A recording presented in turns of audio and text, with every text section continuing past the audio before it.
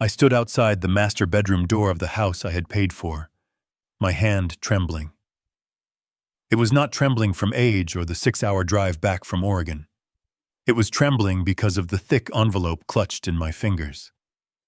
Inside that envelope was a certified copy of my late father's will. I had expected nothing but old tools and maybe a few acres of dry dirt. Instead, I was holding the deed to 3 fully operational farms and a beachfront property in Malibu. $15 million. That was the conservative estimate. My heart was racing faster than it had in 20 years. I was about to burst into that room and tell my son Brandon and his wife Vanessa that our struggles were over. I was going to tell them that I could finally pay off their mortgage and send my grandkids to the best colleges. I raised my hand to knock, a smile forming on my face for the first time since my father died. But then I heard Vanessa's voice through the wood. It was loud, sharp, and dripping with venom. "He is back, Brandon." I saw his beat-up truck pull into the driveway. "If that old man thinks he is going to mope around here for another month, eating our food and using our electricity, he has lost his mind." I froze. My knuckles turned white against the envelope. I waited for Brandon to defend me. I waited for my son, the boy I had raised alone after his mother passed, the man whose college tuition I had paid for by working double shifts, to say something, anything. Instead, I heard a heavy sigh and the rustle of bedsheets. "Keep your voice down, Ness," Brandon said, sounding tired and weak. "He just buried his dad. Give him a couple of days." "A couple of days turns into a couple of years, Brandon," Vanessa snapped back. Her voice was getting closer to the door. "Look, we need that room. I need my home office. My real estate career is taking off, and I cannot have a 68-year-old anchor dragging me down. If he did not bring back any inheritance money from Oregon, he is going out. I already printed the brochure for Shady Pines. It is state-funded. It smells like boiled cabbage and despair, but it is free. Shady Pines. The rundown nursing home on the edge of town, where people went to die alone. The blood in my veins turned to ice. I felt a physical pain in my chest, sharper than any heart attack. This was the woman who smiled at me every morning when I made coffee. This was the woman who called me Dad when she needed me to pick up the kids from school. "You are the man of the house, Brandon," Vanessa continued, her voice dropping to a conspiratorial whisper that was somehow louder than a scream. "You have to choose. It is either your future with me and the kids, or it is babysitting your broke, useless father. If he comes in here empty-handed, you put him in the basement or you put him in the home. Those are the options." There was a long silence. Then, I heard the words that broke something inside me that could never be fixed. "Okay, Ness, you are right. If there is no money, he has to go." I lowered my hand. The smile was gone. The excitement was gone. All that was left was a cold, hard clarity. I stepped back from the door, my footsteps silent on the carpet I had paid for, and retreated down the hall. Before I tell you how I taught them the most expensive lesson of their lives, let me know where you are watching from in the comments below. Hit like and subscribe if you have ever had to stand up to family who underestimated your worth. I slipped into the guest bathroom and locked the door. My reflection in the mirror looked gray and hollow. I looked like exactly what they thought I was, a tired, worn-out old man with nothing to offer. I turned on the faucet, splashing cold water on my face, trying to wash away the stinging heat of betrayal. I looked at the envelope again. $15 million. 5 minutes ago, this was a gift for my family. Now, it was a weapon. I sat on the edge of the bathtub, my hands shaking as I opened the envelope one more time just to make sure I had not hallucinated the numbers. There it was in black and white. The Napa Valley Vineyard. The solar farm in the Midwest. the land in Malibu. My father had been a quiet man, a man of secrets, much like I was about to become. He had hoarded his wealth, lived simply, and left it all to me. He had trusted me to do the right thing. I thought about Brandon. I remembered teaching him to ride a bike. I remembered the day he graduated, how proud I was. I had given him the down payment for this house. I had signed over the management of my own retirement savings to him 2 years ago when I had that minor stroke, thinking he would protect me. I was a fool. I was not a father to him anymore. I was a liability, an expense on a spreadsheet that Vanessa wanted to delete. If I walked out there right now and showed them this will, everything would change. Vanessa would weep fake tears of joy. She would hug me and call me the best father-in-law in the world. Brandon would suddenly find his spine and talk about how much he loved me. They would take the money, burn through it in 5 years, and when I was truly old and sick, they would dump me in Shady Pines anyway. Number 1. I gritted my teeth. I took the thick document and folded it. I took off my old fraying corduroy jacket. I found a small tear in the inner lining near the shoulder. Carefully, I slid the folded will inside the lining of the jacket, pushing it deep down until it laid flat against the padding. I patted the fabric. It was invisible. To the naked eye, I was just Cliff Dalton, the retired engineer with a small pension and a smaller future. I looked at myself in the mirror one last time. The sad, grieving sun was gone. The man staring back at me was cold. He was calculating. He was a man who was about to play a very long, very dangerous game. I would give them exactly what they asked for. I would be the broke, useless old man. I would let them show me who they really were. And when the time was right, I would reveal the truth. But not before they paid for every cruel word I had just heard. I unlocked the bathroom door and walked out. I hunched my shoulders slightly, adding 10 years to my posture. I dragged my feet. I made my way to the living room, where the smell of expensive candles could not hide the stench of moral rot. Brandon and Vanessa were sitting on the couch. They jumped slightly when I entered. They had not heard me come in from the bathroom. Vanessa was the first to recover. She plastered a bright plastic smile on her face. "Dad, you are back." We did not hear the truck. "How was the funeral?" "It was simple," I said, my voice raspy. I sat down on the armchair opposite them. It was the chair I had bought for my late wife, the only piece of furniture in this room that Vanessa had not replaced with something beige and uncomfortable. "I am so sorry, Cliff," Vanessa said, her eyes scanning my empty hands, looking for a checkbook, a document, anything. "Did your father... Was everything in order?" Brandon looked down at his feet, unable to meet my eyes. He knew what she was asking. I let the silence stretch. I watched them. I saw the greed in Vanessa's eyes, sharp and hungry. I saw the guilt in Brandon's posture, heavy but not heavy enough to make him speak up. "Dad was in a lot of debt," I lied. The words tasted like ash, but they came out smooth. The farms were mortgaged to the hilt. The banks took everything. There was nothing left. Not a dime. In fact, I had to use the last of my savings just to pay for the burial. The effect was instantaneous. It was like watching a light bulb shatter. Vanessa's smile vanished so fast, it was almost comical. Her face hardened into a mask of pure disgust. She sat back, crossing her arms, no longer trying to hide her contempt. "Nothing?" she repeated, her voice rising an octave. "Are you serious?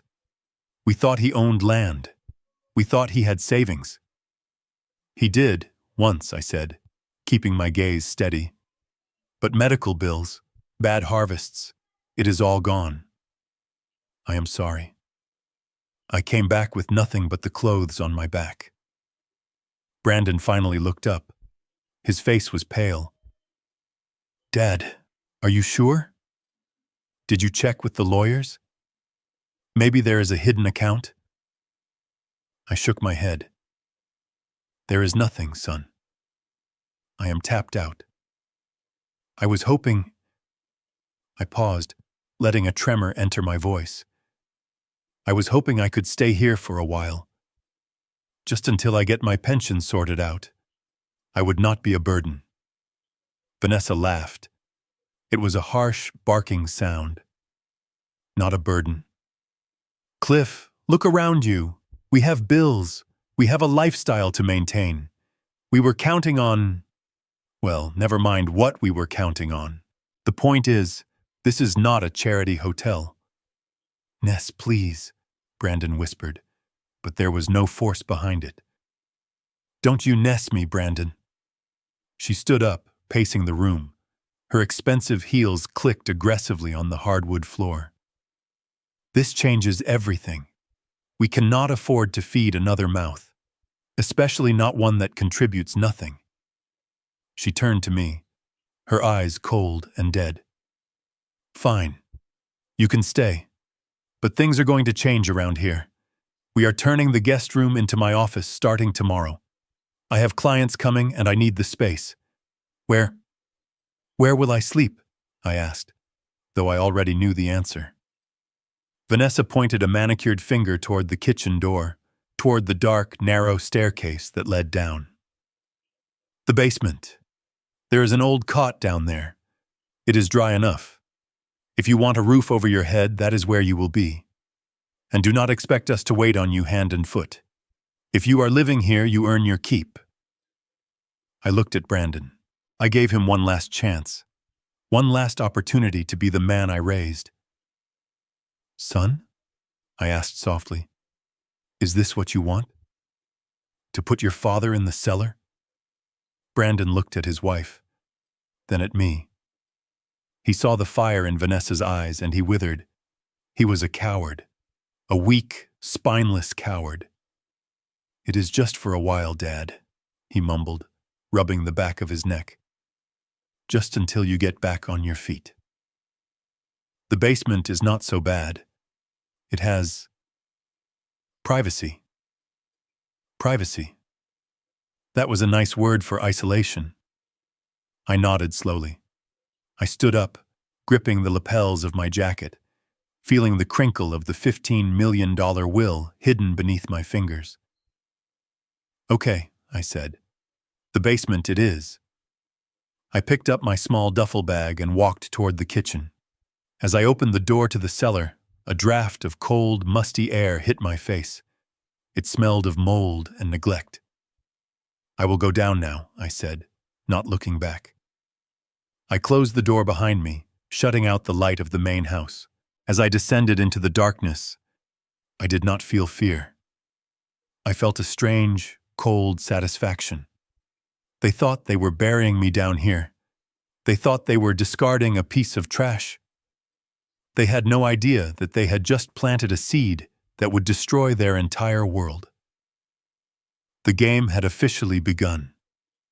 The migration from the guest bedroom to the basement was not just a change of location. It was a demotion in human status. I spent the next hour packing my life into 2 cardboard boxes. It is funny how little you actually need when you realize that nobody wants you around. I folded my shirts, the ones with the frayed collars that Vanessa always sneered at. I packed the photo of my late wife, Sarah. I wrapped it carefully in a sweater because I knew if the glass broke, I would not have the money to replace the frame. Vanessa stood in the doorway the entire time, leaning against the frame with her arms crossed, tapping her foot. She was not there to help. She was there to supervise, like a prison guard making sure the inmate does not steal the bedsheets. Make sure you take everything, Cliff, she said, checking her watch. The contractors are coming in an hour to rip up that carpet. I want this room stripped bare. I looked around the room. I had painted these walls myself 5 years ago. I had installed the crown molding. Now, I was being evicted from my own labor. I thought you said you needed an office, I said, picking up the last box. I do, she replied, her eyes flicking to the corner where she had already leaned a rolled-up yoga mat and a set of expensive weights. A multi-purpose space for my mental health. I need a sanctuary. A sanctuary. She was kicking an old man into a cellar so she could have a place to do downward dog in peace. The irony was so thick it choked me, but I swallowed it down. I picked up the boxes. They were heavy, or maybe I was just tired. My joints ached from the drive, but I refused to show weakness. I walked past her, smelling her expensive perfume, a scent bought with money I had given them for groceries last Christmas. I made my way to the kitchen.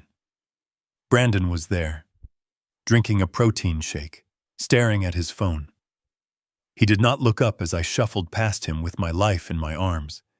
He did not offer to open the door. He did not offer to carry a box. He just swiped his thumb across the screen, erasing me from his peripheral vision. The door to the basement was a gaping black mouth.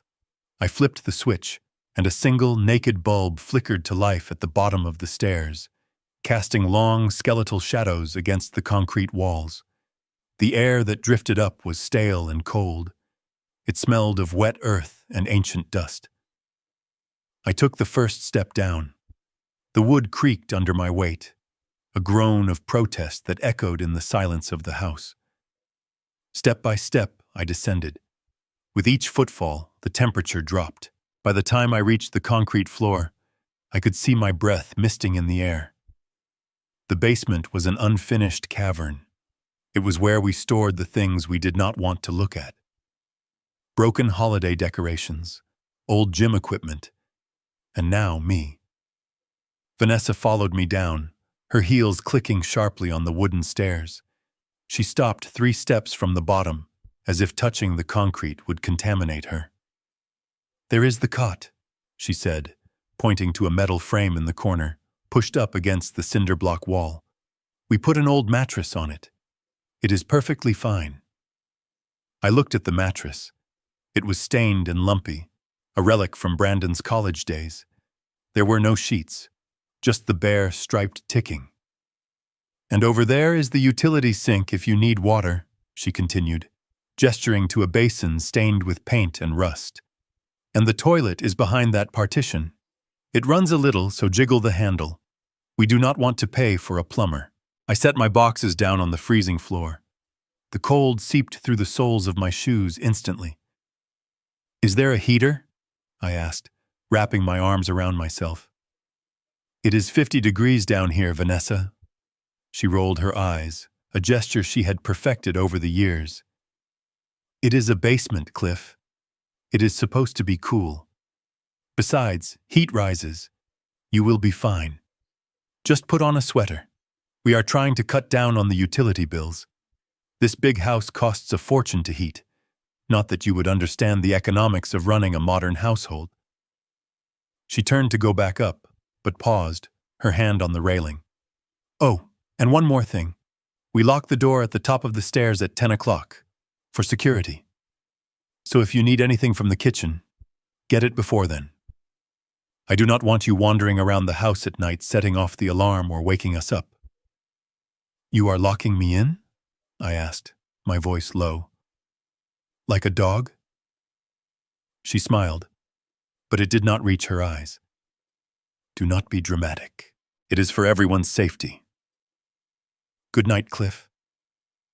She walked up the stairs, her silhouette disappearing into the light of the kitchen. Then the door slammed shut. I heard the distinct click of the deadbolt sliding into place. I was alone. I stood there for a long time, listening to the silence. Then the furnace kicked on with a roar like a jet engine. It was located right next to the cot. The noise was deafening, vibrating through the floor, but it provided no warmth, only noise and the smell of burning dust. I walked over to the cot and sat down. The springs shrieked. I reached into my box and pulled out the old wool blanket I had brought from Oregon. It was scratchy and smelled of my father's house, of wood smoke and pine. I wrapped it around my shoulders, shivering. Above me, I heard footsteps, the muffled thud of life going on without me. I heard the television turn on. I heard Vanessa laughing at something. I heard the water running in the master bathroom, the pipes singing in the ceiling above my head. They were taking a hot bath. They were adjusting the thermostat to a comfortable 72 degrees. They were drinking wine and eating the roast beef I had seen defrosting on the counter. I looked around my new prison, a spider web draped across the corner of the ceiling, trembling in the draft. A small pile of mouse droppings sat near the drain in the floor. This was it. This was the sum total of my life's work in their eyes. I lay down on the cot, pulling the blanket up to my chin. The cold was a physical weight, pressing down on my chest. I could feel the dampness settling into my bones, awakening the arthritis in my knees. I stared at the exposed beams of the ceiling. I knew exactly how those beams were placed. I knew the load-bearing capacity of every joist. I had inspected this house myself before I bought it for them.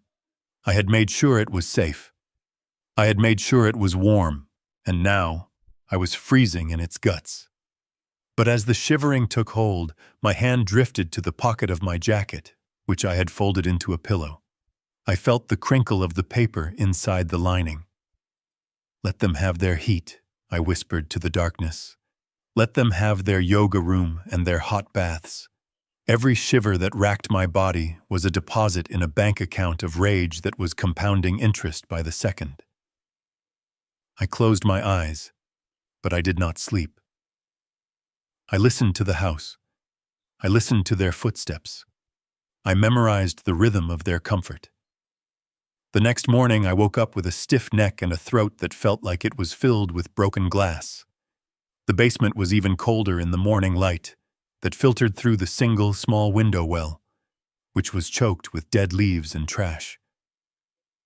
I coughed, a deep, hacking sound that echoed off the concrete. I sat up, my head spinning. I needed hot coffee. I needed to get warm. I climbed the stairs, my legs heavy. I tried the door handle. Locked. I checked my watch. It was 7:30. Vanessa had said they locked it at 10. She had not unlocked it yet. I knocked. "Hello?" I called out, my voice weak. "Brandon." "Vanessa?" Silence. I knocked harder.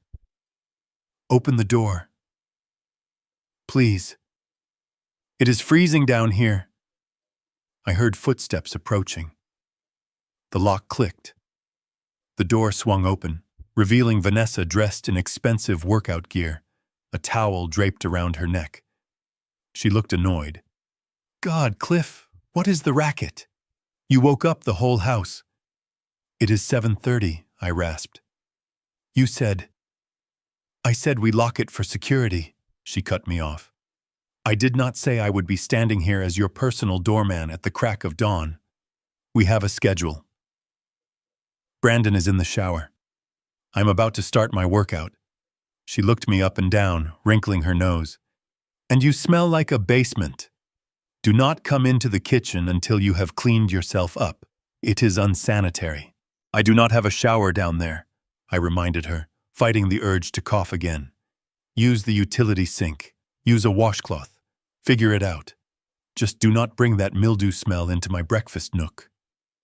She started to close the door again, but I jammed my foot in the gap. It was an instinct, a flash of the man I used to be. "I need coffee, Vanessa, and I need my blood pressure medication. It is in the kitchen cabinet." She looked at my foot, then at my face. For a second, she looked surprised. Then she sneered. "Fine. Grab your pills, but take them downstairs. I have a Zoom session with a client in 20 minutes, and I cannot have you hacking up a lung in the background. It ruins the aesthetic." She stepped back, allowing me into the kitchen. The warmth hit me like a physical blow. It was paradise. The smell of brewing coffee was intoxicating.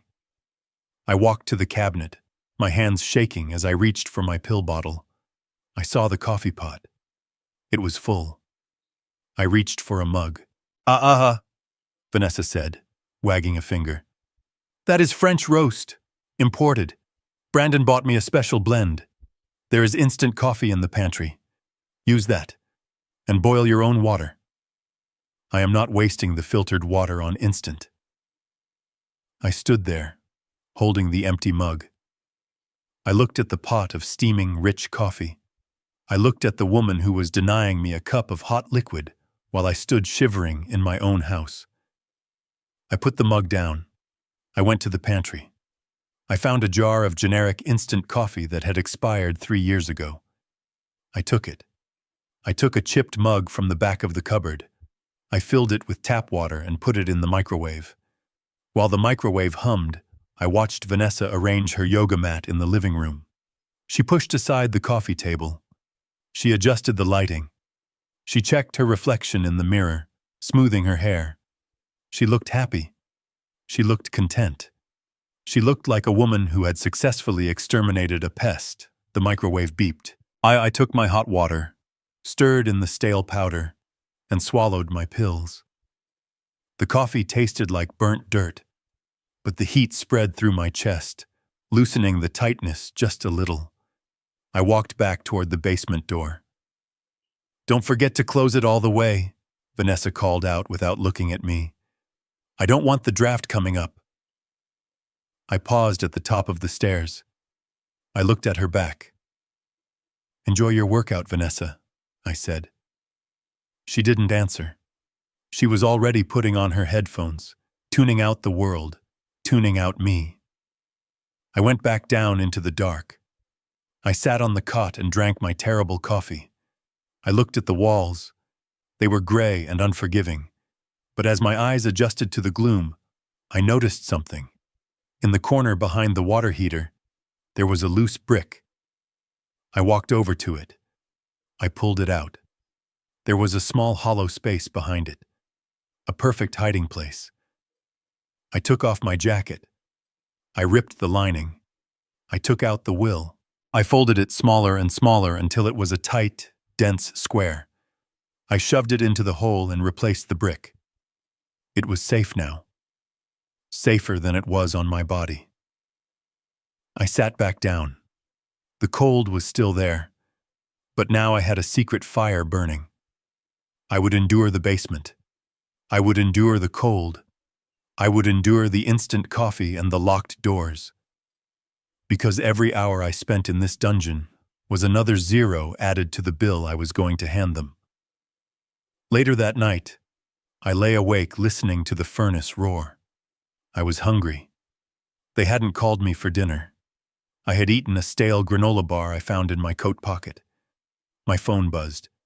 It was a text from an unknown number. Mr. Dalton, this is Patty Moore. I received your message. I am reviewing the trust documents now. We need to meet. It has to be discreet. I smiled in the dark. The signal had been received. The cavalry wasn't coming to save me. I was the cavalry, and I was already inside the fortress. I pulled the scratchy wool blanket up to my chin, and for the first time in days, I fell into a deep, dreamless sleep, lulled by the rhythmic, mechanical thrum of the machine that kept their house warm, while I plotted to leave them out in the cold. 3 days into my exile, the monster in the corner died. The furnace, which had been my noisy, rattling companion, suddenly fell silent. At first I thought it was just cycling off. I pulled my wool blanket tighter around my shoulders and waited for the familiar clunk whoosh of the ignition sequence. 10 minutes passed, then 20. The silence stretched out, heavy and ominous. Up until that moment, the basement had been uncomfortable, yes. It was damp and smelled of earth, but at least the ambient heat from the furnace unit itself kept the temperature bearable. It was probably around 60 degrees, chilly, but survivable. But as the hour mark passed, I felt the change in the air pressure. The stillness wasn't peaceful. It was predatory. The cold didn't just enter the room. It seemed to rise up from the concrete floor like a rising tide. I got up from the cot, my joints popping in protest. I walked over to the large metal box of the HVAC unit. I placed my hand on the side panel. It was cooling rapidly. I checked the pilot light window. Dark. Maybe the pilot light just went out, I told myself. A mechanical failure. It happens. I grabbed a flashlight from my toolbox, one of the few things I had managed to bring down here, and inspected the gas line. The valve was in the open position. That wasn't it. I traced the wires. Everything looked intact. Then I looked up at the ductwork. The basement had its own zone damper, a motorized flap that controlled airflow to the lower level. I climbed up on an overturned milk crate to get a better look. The lever on the damper had been manually zip-tied in the closed position. I stared at that white plastic zip tie. It was new. The plastic was clean, stark white against the dusty galvanized steel. This wasn't a malfunction. This was a modification. I climbed down, my breath already starting to mist in the beam of the flashlight. I walked to the stairs and climbed them, my anger providing a temporary source of heat. I pounded on the door. "Vanessa!" I shouted. I heard the muffled sounds of the TV in the living room. Footsteps approached, light and annoyed. The door opened a crack. Vanessa stood there, holding a glass of red wine. She looked flushed and warm.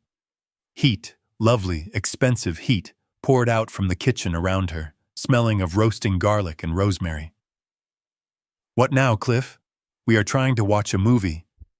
"The furnace is off," I said, trying to keep my teeth from chattering.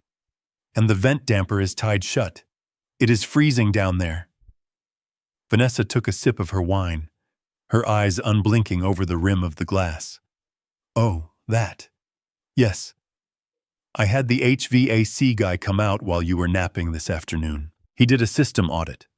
Apparently heating the basement is incredibly inefficient. It is just concrete down there, Cliff. It sucks the heat right out of the house. We were losing 30% of our energy down that hole." "You cut the heat?" I asked, incredulous. "You cut the heat to the room I am sleeping in? It is January in Chicago, Vanessa." "Don't be dramatic," she sighed, leaning against the doorframe. "It is a finished basement. It will stay above freezing. The ambient temperature from the ground keeps it stable. Besides, you have that wool blanket. And sweaters. Layer up.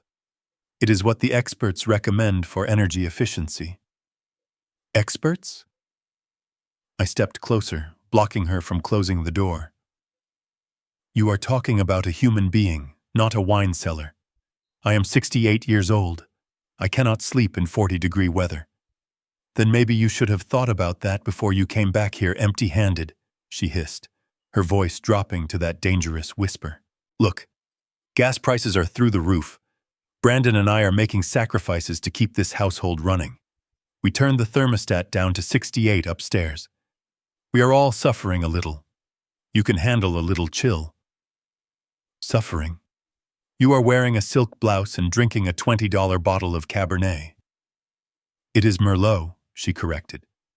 "And get your foot out of the door. You are letting the draft in." She kicked my foot, actually kicked it with her pointed slipper, and slammed the door. I heard the lock turn. I stood there on the top step, staring at the wood grain. I could hear the faint murmur of the TV again. They were warm. They were comfortable. And they had just condemned me to freeze. That night was the longest of my life. The temperature in the basement dropped steadily. I put on every piece of clothing I had. 2 shirts, a sweater, my corduroy jacket. I wore 2 pairs of socks. I pulled the scratchy wool blanket over my head, creating a small tent to trap my own breath.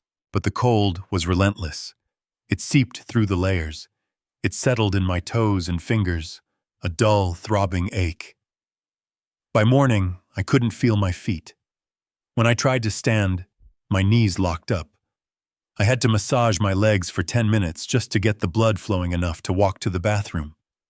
The water in the toilet bowl had a thin film of ice on the edges. I didn't go upstairs that day. I refused to beg. I refused to give her the satisfaction of seeing me shiver. I spent the day pacing the small perimeter of the basement, swinging my arms, doing squats, anything to generate body heat. I was an engineer. I knew about thermodynamics. I knew that if I stopped moving, the cold would win. But biology is a cruel mistress. By the third day, my body began to fail. It started with a tickle in the back of my throat, dry and irritating. Then came the congestion. My chest felt heavy, like someone had poured concrete into my lungs. The coughing started. Dry, hacking coughs that racked my entire frame and left me gasping for air in the frigid darkness. I tried to hide it. I buried my face in the pillow when the coughing fits hit, trying to muffle the sound. I didn't want them to know, but sound travels through floorboards. On the fourth night, I was burning up. Fever. It was a cruel paradox. My body was on fire, sweating and shivering simultaneously, while the air around me was cold enough to see. I lay on the cot, drifting in and out of a delirium. I dreamed of the vineyards in Napa. I dreamed of the warm California sun on my face. I dreamed of burning the will, of burning the money, just to feel the heat of the flames.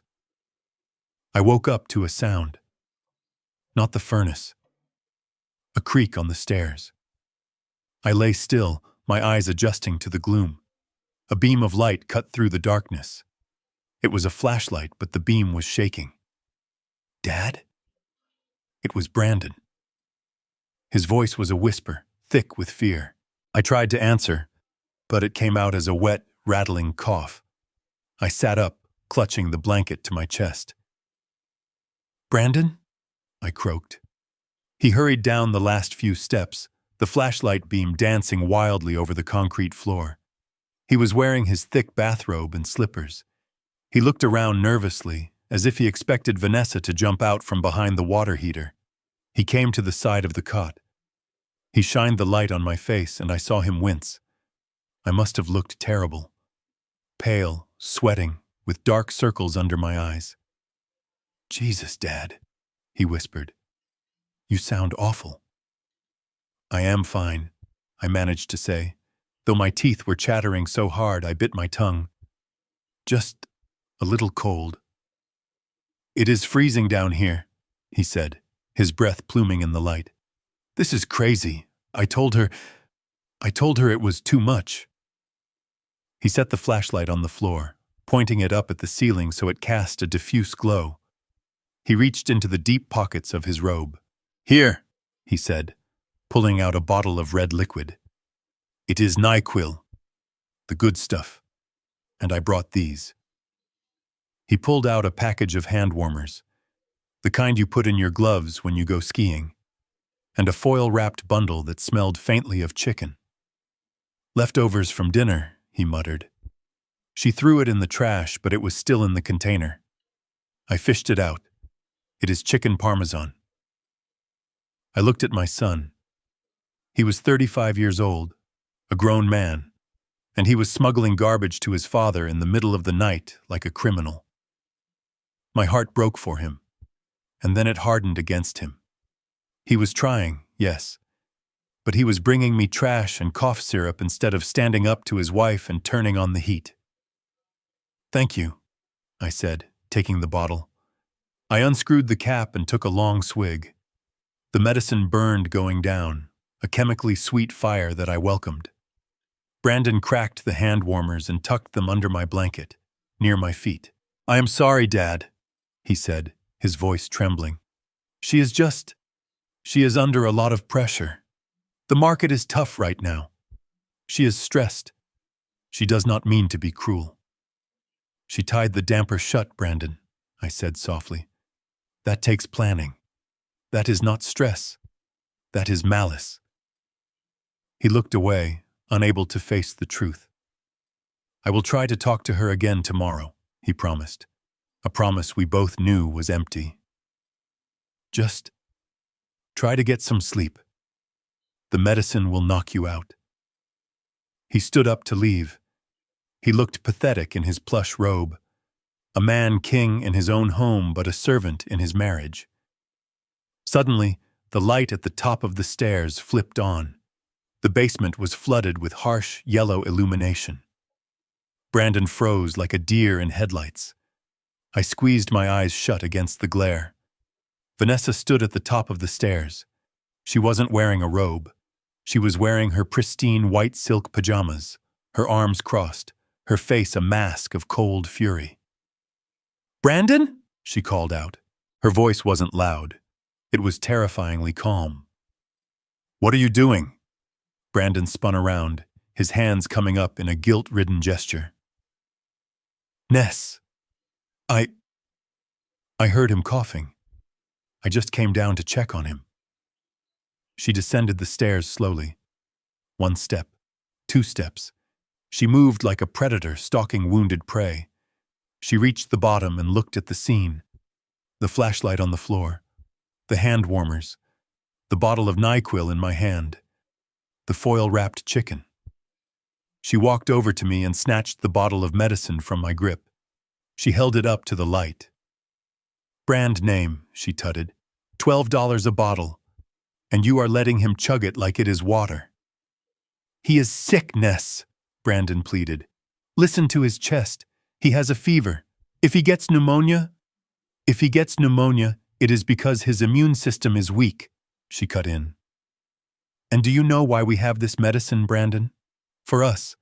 For when you have to work and cannot afford a sick day. For when I have a showing and need to be on my game. Not for a retired man who has nothing to do but sit in the dark and feel sorry for himself." She looked at the hand warmers under the blanket. She reached in and ripped them out. "And these? These are $5 a pack. Do you think money grows on trees? Do you think I am out there hustling real estate deals so you can throw our profits into a black hole?" She threw the hand warmers onto the dirty floor. "It is $5, Vanessa." Brandon's voice cracked. "He is my dad. He is a leech," she screamed, her composure finally breaking. She pointed a finger at me, her face twisted and ugly. "Look at him. He is playing you, Brandon. The coughing, the shivering. It is an act. He wants you to feel guilty so you will bring him upstairs. He wants to manipulate us." "Well, I am not falling for it." She turned back to Brandon, poking him in the chest with a manicured nail. "You are weak. That is your problem. You have always been a mama's boy. And now you are a daddy's boy." "I need a man, Brandon. I need a partner who understands that we are building an empire, and empires don't have room for dead weight." She snatched the foil-wrapped chicken from the cot. "And he is eating our food? I told you to throw this out." "I fished it out of the trash," Brandon said, his head hanging low. "Disgusting," she sneered. She looked at me with pure revulsion. "You are eating garbage now, Cliff? Have you no dignity left?" I looked up at her. My eyes were burning with fever, but my mind was crystal clear. "I have plenty of dignity, Vanessa," I whispered, my voice raspy but steady. "Enough to know that I would rather freeze to death down here than be warm upstairs with a soul as black as yours." She laughed. A cold, sharp sound. "Keep your poetry. It won't keep you warm." She grabbed Brandon by the sleeve of his robe. "Upstairs. Now. If I catch you sneaking down here again, Brandon, I swear to God, I will change the locks on the main door and you can sleep down here with him. Do not test me." Brandon looked at me one last time. His eyes were wet. "I am sorry, Dad," he mouthed. Then he let her drag him away. Vanessa paused at the bottom of the stairs. She looked at the bottle of NyQuil in her hand, then at me.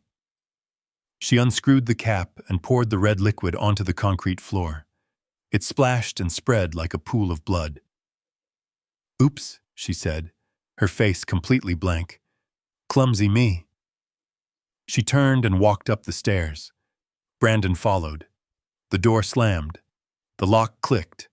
The light went out. I was back in the darkness. The smell of menthol and medicine filled the air, rising from the puddle on the floor. I watched the liquid seep into the cracks of the concrete. I shivered. But this time, it wasn't just from the cold. It was from the adrenaline. She had poured out the medicine. She had taken the heat. She had stripped me of my son's loyalty. She thought she had won. She thought she had broken me. I reached under the cot and pulled out the brick I had loosened. I ran my fingers over the folded edges of the will. $15 million. Every cough that tore through my chest that night was a reminder of the price she was going to pay. She worried about wasting $5 on hand warmers. I was going to make sure she lost every single penny she ever dreamed of having. I rolled onto my side, pulling the thin blanket up. I visualized the solar farm in the Midwest. I visualized the panels soaking up the sun, generating power, generating heat. I visualized the vineyard in Napa, the grapes ripening on the vine. I held on to those images like burning coals. I will survive this, I whispered to the empty room. And when I come upstairs, Vanessa, I am going to burn your empire to the ground. The fever dreams took me then, but even in my sleep, I was counting the days, counting the insults, counting the money. The cold could not kill me. I was too fueled by hate to die. Over the next 2 weeks, I perfected the art of disappearing. Invisibility is not a superpower, as the comic books would have you believe. It is a slow, humiliating erasure of the self.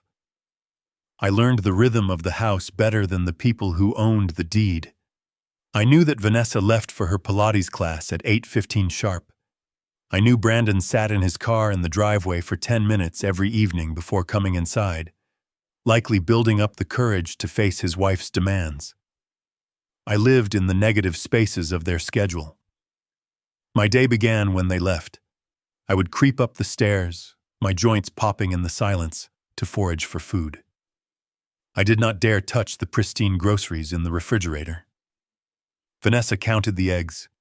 She marked the level of the milk with a Sharpie. Instead, I became a scavenger in my own kitchen. I dug through the trash can. I found half a bagel with a bite taken out of it. I found apple cores that still had fruit on them. I found the heel of a loaf of bread that was slightly stale.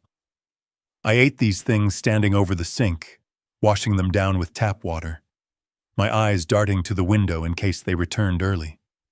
It was degrading, yes, but every stale crumb I swallowed fueled a fire in my belly that had nothing to do with hunger.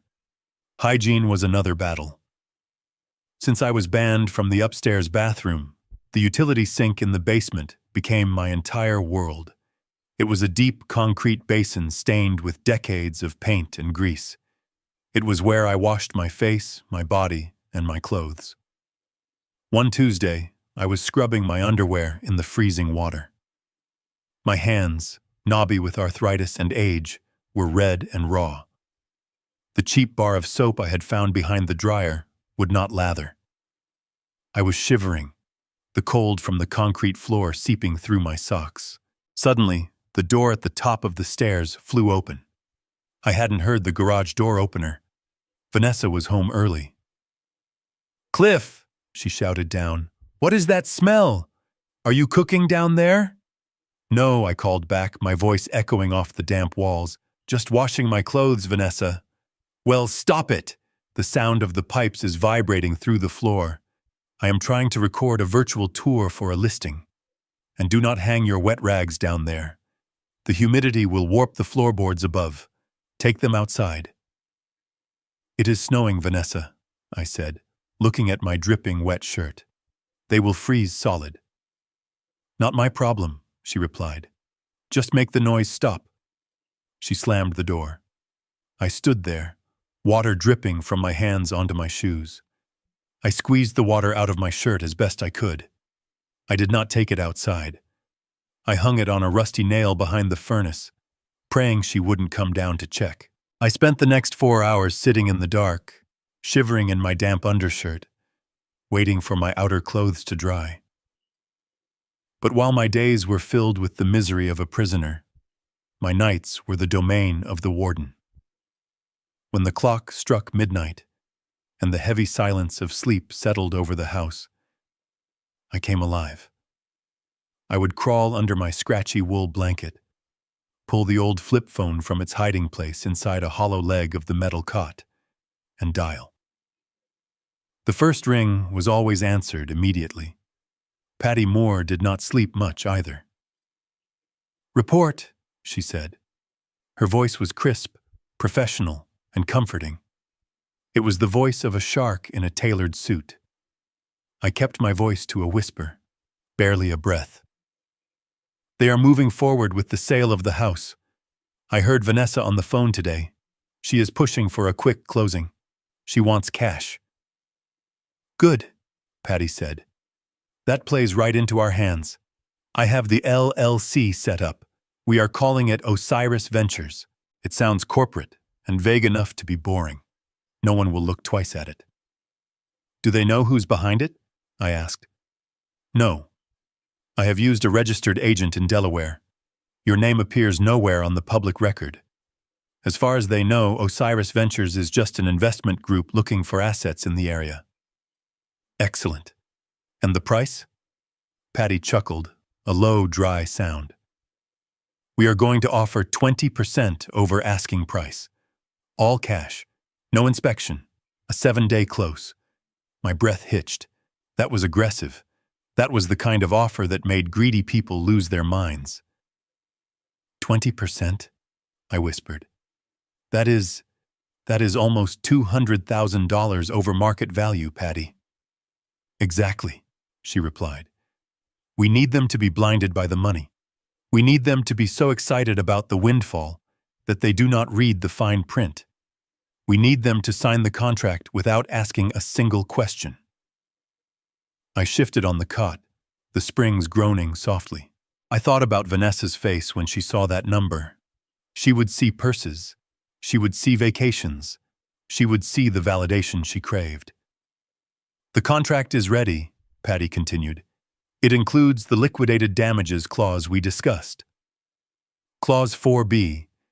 If they fail to vacate or if they misappropriate the deposit funds prior to the final transfer of deed, the penalty is triple the deposit amount, and the buyer retains a lien on all their other assets." "Will they read it?" I asked.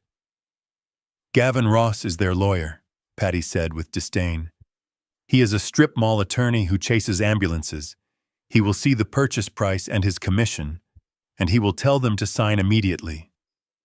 He is lazy, Cliff. Just like them." I closed my eyes, visualizing the trap snapping shut. "What about the other assets?" I asked. "The vineyard is secure.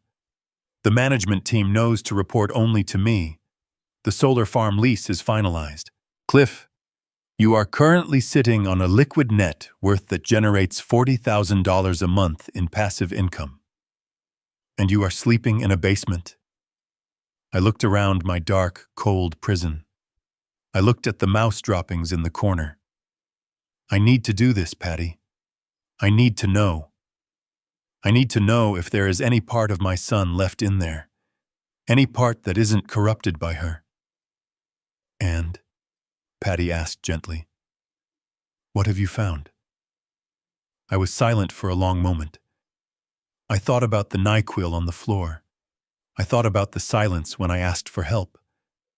I think the son I raised died a long time ago," I whispered. "Then proceed with the operation," she said. "I will have the offer letter sent to their realtor tomorrow morning. Get ready, Cliff. The atmosphere in that house is about to change. They are going to be celebrating. It will be hard to watch." "Let them celebrate," I said, my voice hardening. "Let them drink their champagne. It will taste bitter soon enough." We hung up. I hid the phone back in the metal leg of the cot. I lay there in the dark, but I didn't feel the cold anymore. I felt powerful. The next morning, the change was palpable. I was woken up not by Vanessa screaming, but by the sound of laughter. I heard footsteps running across the floorboards above my head.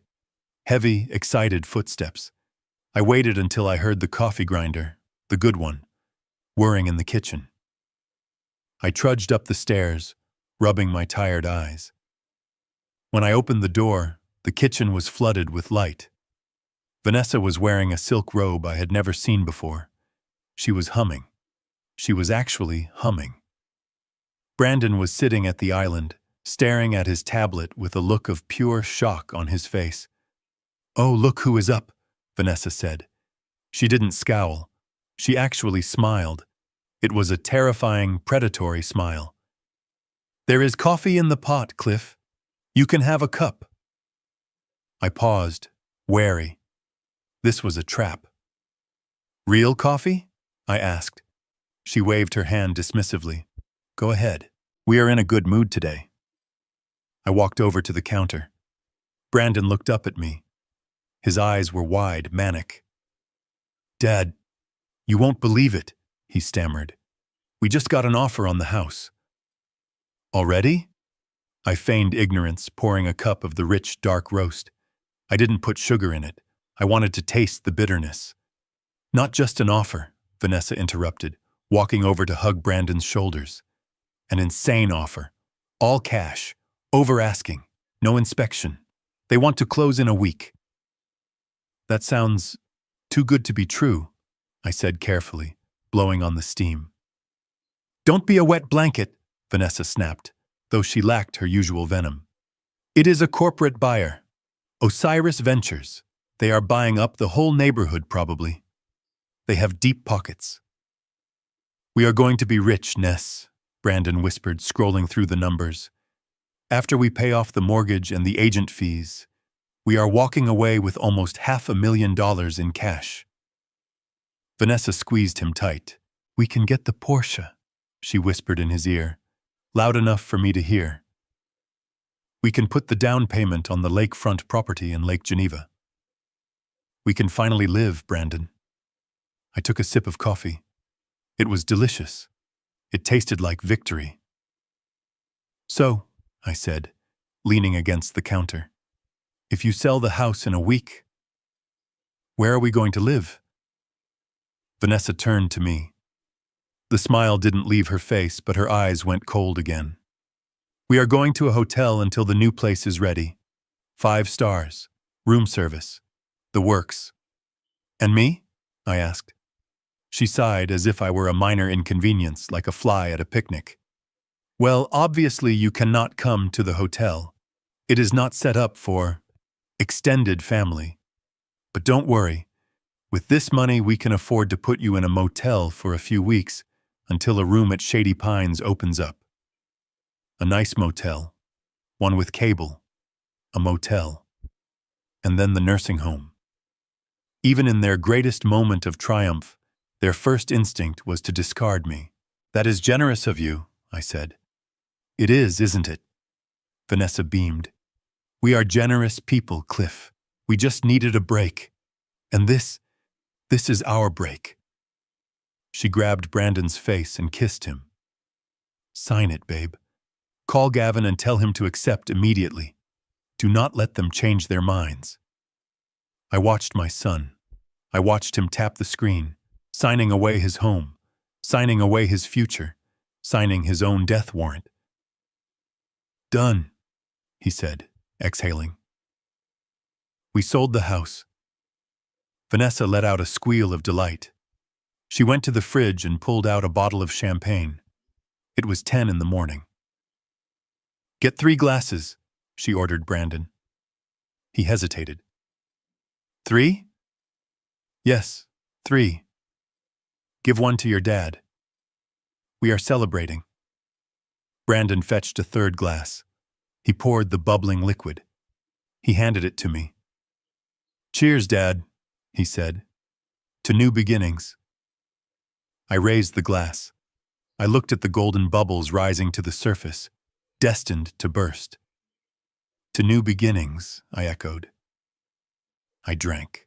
The champagne was cold and sweet. I watched them dance around the kitchen, drunk on greed. I went back downstairs to my basement, closing the door on their celebration. I sat on my cot and waited for nightfall. I had to call Patty. The mouse had taken the cheese. Now it was time to snap the trap. The week leading up to Christmas was not filled with carols or cookies.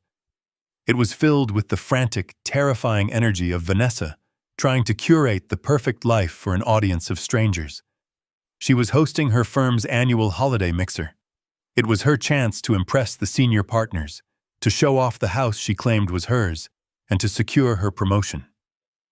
For 3 days, cleaners swept through the upper floors like a swarm of locusts, polishing surfaces until they gleamed.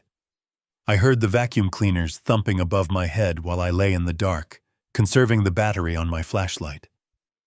2 hours before the guests were set to arrive, the basement door opened. Vanessa threw a bundle of fabric down the stairs.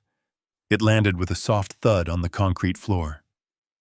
"Put this on," she commanded, "and make sure you shave. You look like a derelict." I walked over and picked up the bundle. It was a white button-down shirt and a black vest, a waiter's uniform. It smelled faintly of mothballs. "You want me to serve?" I asked, looking up at her silhouette. "I want you to be useful, Cliff. The catering company wanted to charge me $40 an hour for a server. I figured since you are living here rent-free, you could work off some of your debt." "I am not a waiter, Vanessa. I am a retired engineer. This is my house." "Not tonight it isn't," she snapped. "Tonight, this is my house. And you are help. Do not speak to the guests unless they order a drink. Do not tell anyone who you are. If anyone asks, you are just hired help. I do not want you embarrassing me with sob stories about your bad investments." She turned to leave, then paused. "And Cliff? Try to stand up straight. Slouching is unprofessional."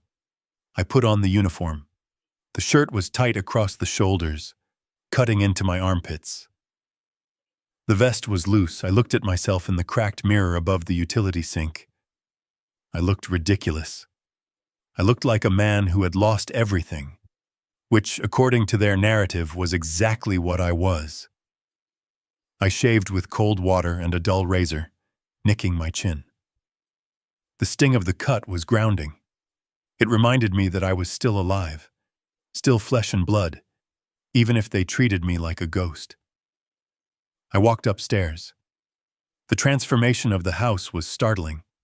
A 12-foot fir tree stood in the living room, decked in gold and silver ornaments. A fire crackled in the hearth, the same hearth I wasn't allowed to use. The air smelled of pine, expensive cologne, and hypocrisy. Brandon was standing by the punch bowl, adjusting his tie. He looked handsome. He looked successful. When he saw me, his face crumpled. He looked like he wanted to vomit. "Dad," he whispered, looking around to see if Vanessa was watching. "You don't have to do this.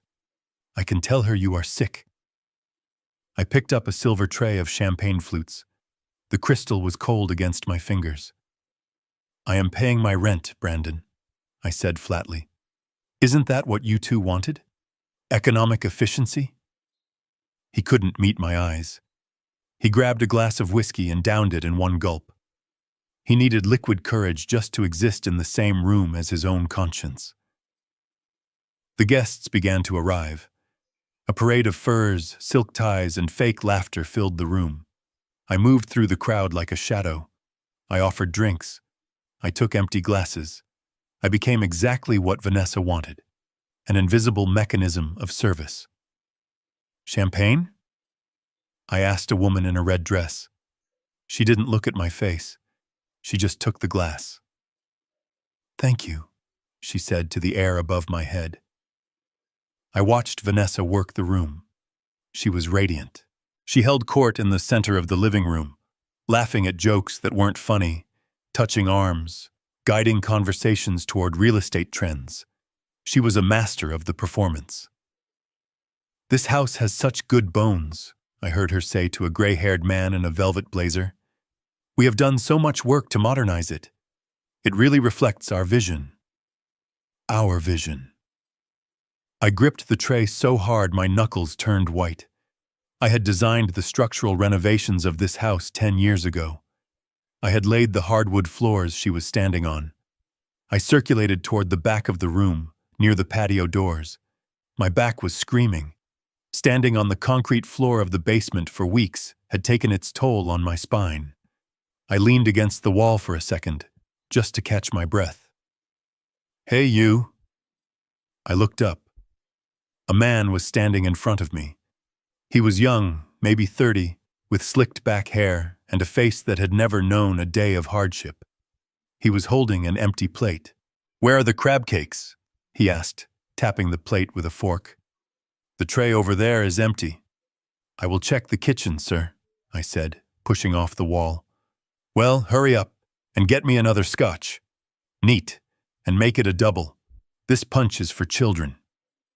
I nodded and headed for the kitchen. Inside, the catering staff, actual professionals hired for the food, looked at me with pity. They knew. Service people always know when someone is being humiliated. A young woman handed me a fresh tray of appetizers. "You okay, Pops?" she asked quietly. "You look pale." "I am fine," I said. "Just doing my job." I walked back out. The young man, let's call him Todd, was waiting. He wasn't alone. He was talking to Vanessa and a few other guests. He was gesturing wildly, clearly telling a story about how much money he had made on a recent crypto swing. I approached with the tray. "Here are the crab cakes, sir," I said. Todd spun around, his elbow flying out. He hit the edge of the silver tray. It happened in slow motion. The tray tilted. 3 crab cakes, heavy with sauce, slid off the edge. They didn't hit the floor. They hit Todd's shoes, his pristine, polished Italian leather loafers. The room went silent. The music seemed to stop. The laughter died in everyone's throats. Todd looked down at his shoes. A glob of remoulade sauce was sliding down the leather, dripping onto the carpet. "Are you kidding me?" Todd shouted. His face turned a violent shade of red. "Look at this! Do you know how much these cost?"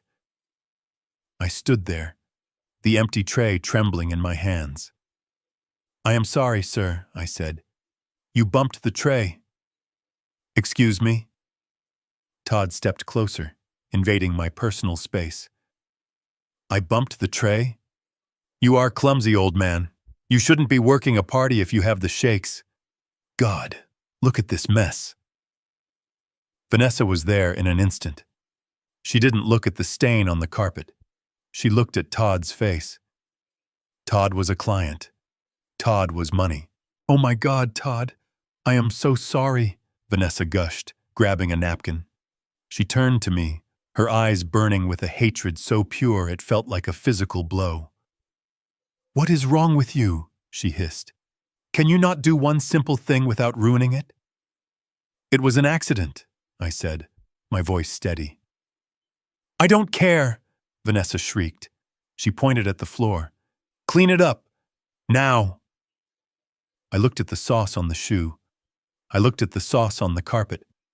I started to bend down to pick up the crab cake from the rug. "Not the rug!" Todd yelled. "My shoe! Get this grease off my shoe before it sets!" I froze. They wanted me to clean his shoe while he was wearing it. Vanessa looked at me. There was a challenge in her eyes, a dare. She wanted to see if I would break. She wanted to show everyone who was in charge.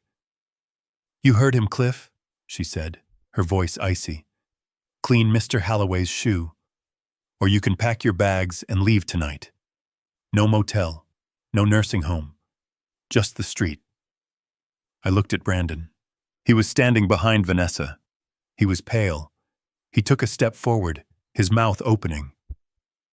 "Ness, that is too much," he mumbled. "Shut up, Brandon," Vanessa snapped without looking back. I looked at the room. 50 people were watching. Some looked uncomfortable, looking away. Others, like Todd, looked expectant. They were waiting for the show. They were waiting for the old servant to bow down. I slowly set the silver tray on a side table. My knees popped loudly as I lowered myself to the floor. The humiliation burned in my throat, hot and acidic. I took a linen napkin from my pocket. I reached out and wiped the sauce from Todd's shoe. "That is it," Todd sneered, not moving his foot. "Get in the crevices. I don't want a stain." I scrubbed the leather. I was on my knees in the house I had bought. I was cleaning the shoes of a man who wasn't fit to hold my father's wrench. "I am sorry, Mr. Halloway," I said softly. "Yeah, well, maybe you should retire, Pops," Todd laughed. He looked around for approval. The crowd chuckled nervously. The tension broke. The show was over. The servant knew his place. I stood up. My knees screamed in agony. I felt lightheaded. "Get out of here," Vanessa whispered to me. "Go to the kitchen. Stay there." I turned to walk away, but as I turned, my hand brushed against the pocket of my vest. I had been carrying something in there. A safety blanket. A reminder of who I really was. It was a business card, not mine, but the card of the managing director of Osiris Ventures, the one Patty had given me to authorize the wire transfer. It fluttered out of my pocket and landed on the hardwood floor, right next to Vanessa's foot. I kept walking. I didn't look back. I heard Vanessa's voice behind me. "What is this?" I heard the rustle of paper. She had picked it up. "Osiris Ventures?" she muttered. "Why does he have this?" I pushed through the swinging doors into the kitchen. I leaned against the stainless steel counter, gasping for air. The catering staff looked at me with horror. The young woman who had spoken to me earlier came over. She had tears in her eyes. That was messed up," she whispered. "He is a pig. She is a witch." I looked at her and I straightened my vest. I wiped a smudge of sauce from my cuff. "It is okay," I said. My voice was calm. It was the calm of a man who has just decided that the sentence will be execution, not imprisonment. "Did you see her face?" the girl asked. "When you dropped that card?" She looked like she saw a ghost. I smiled. It was a small, tight smile. "She did see a ghost," I said. "She just doesn't know he is haunting her yet." I didn't go back out. I spent the rest of the night washing dishes in the back, listening to the muffled sounds of the party. I listened to Todd laughing. I listened to Vanessa bragging. But my mind was replay the scene. I wasn't replaying the humiliation. I was replaying the look on Vanessa's face when she saw the card. She would dismiss it tonight. She was too drunk on power and cheap champagne. She would tell herself I found it in the trash. She would tell herself I was just a senile old man collecting scraps of paper. But the seed was planted. Later that night, after the last guest had staggered out and the lights were dimmed, I went back to the basement. I didn't wait for permission. I walked past Brandon, who was slumped on the sofa, head in his hands. "Dad," he whispered. I didn't stop. I didn't acknowledge him. He had lost the right to call me Dad when he watched another man make me kneel. I went down to the cold. I took off the uniform and threw it in the corner. I put on my own clothes, my flannel shirt, my worn jeans. They felt like armor. I sat on the cot and pulled out the phone. I sent a text to Patty. "Increase the penalty clause. Make it 5 times the deposit. And add a clause about the furniture. I want everything, even the shoe rack." I hit send. I looked at my hands. They were still red from the cold water, but they were steady. I wasn't a waiter. I wasn't a servant. I was the owner of 3 farms, a beachfront estate, and as of tonight, I was the owner of a very specific, very burning vendetta. I lay down in the dark, but I didn't sleep. I waited for the sound of Vanessa's footsteps upstairs. I waited for the inevitable argument about the card. It didn't come. She was too confident, too arrogant. "Sleep well, Vanessa," I whispered to the ceiling beams. "Dream of your Porsche. Dream of your lake house. Because when you wake up, the nightmare begins. And this time, no one is going to clean up the mess for you." The morning after the party, the house smelled of stale champagne and regret. While Vanessa slept off her hangover and Brandon hid in the guest room nursing a migraine, I was on my hands and knees again. This time, I was scrubbing red wine stains out of the white rug in the hallway. The chemical fumes of the carpet cleaner made my eyes water, but I did not stop. I knew that if there was even a shadow of a stain left when Vanessa woke up, she would deduct the cost of a professional cleaning crew from the non-existent allowance she claimed to be keeping for me. As I scrubbed, my mind was racing. The business card I had dropped the night before, the one for Osiris Ventures, was a calculated risk. I knew Vanessa had picked it up. I knew she had seen it. Now I had to see if the bait had been taken, or if her arrogance was truly impenetrable. Around noon, Vanessa finally emerged. She was wearing sunglasses indoors and clutching a large iced coffee. She stepped over me without a word, as if I were a piece of furniture that had been toppled over. She went to the kitchen island and opened her laptop. I watched her from the hallway. I saw her reach into the pocket of her silk robe and pull out the card. She held it up to the light, frowning. Then she started typing. I stopped scrubbing. The rhythmic shh of the brush against the carpet fell silent. I held my breath. She was searching for the company. She was looking for the buyer of her house. Osiris Ventures, she muttered to herself. Global asset management. Private equity. She tapped her fingernails on the granite counter. She looked impressed. She looked greedy. Then she swiveled on her stool and looked directly at me. "Cliff!" she barked. I stood up, wiping my soapy hands on my jeans. "Yes, Vanessa?" She held up the card between two fingers, like it was a piece of evidence in a murder trial. "Where exactly did you get this? You dropped it last night.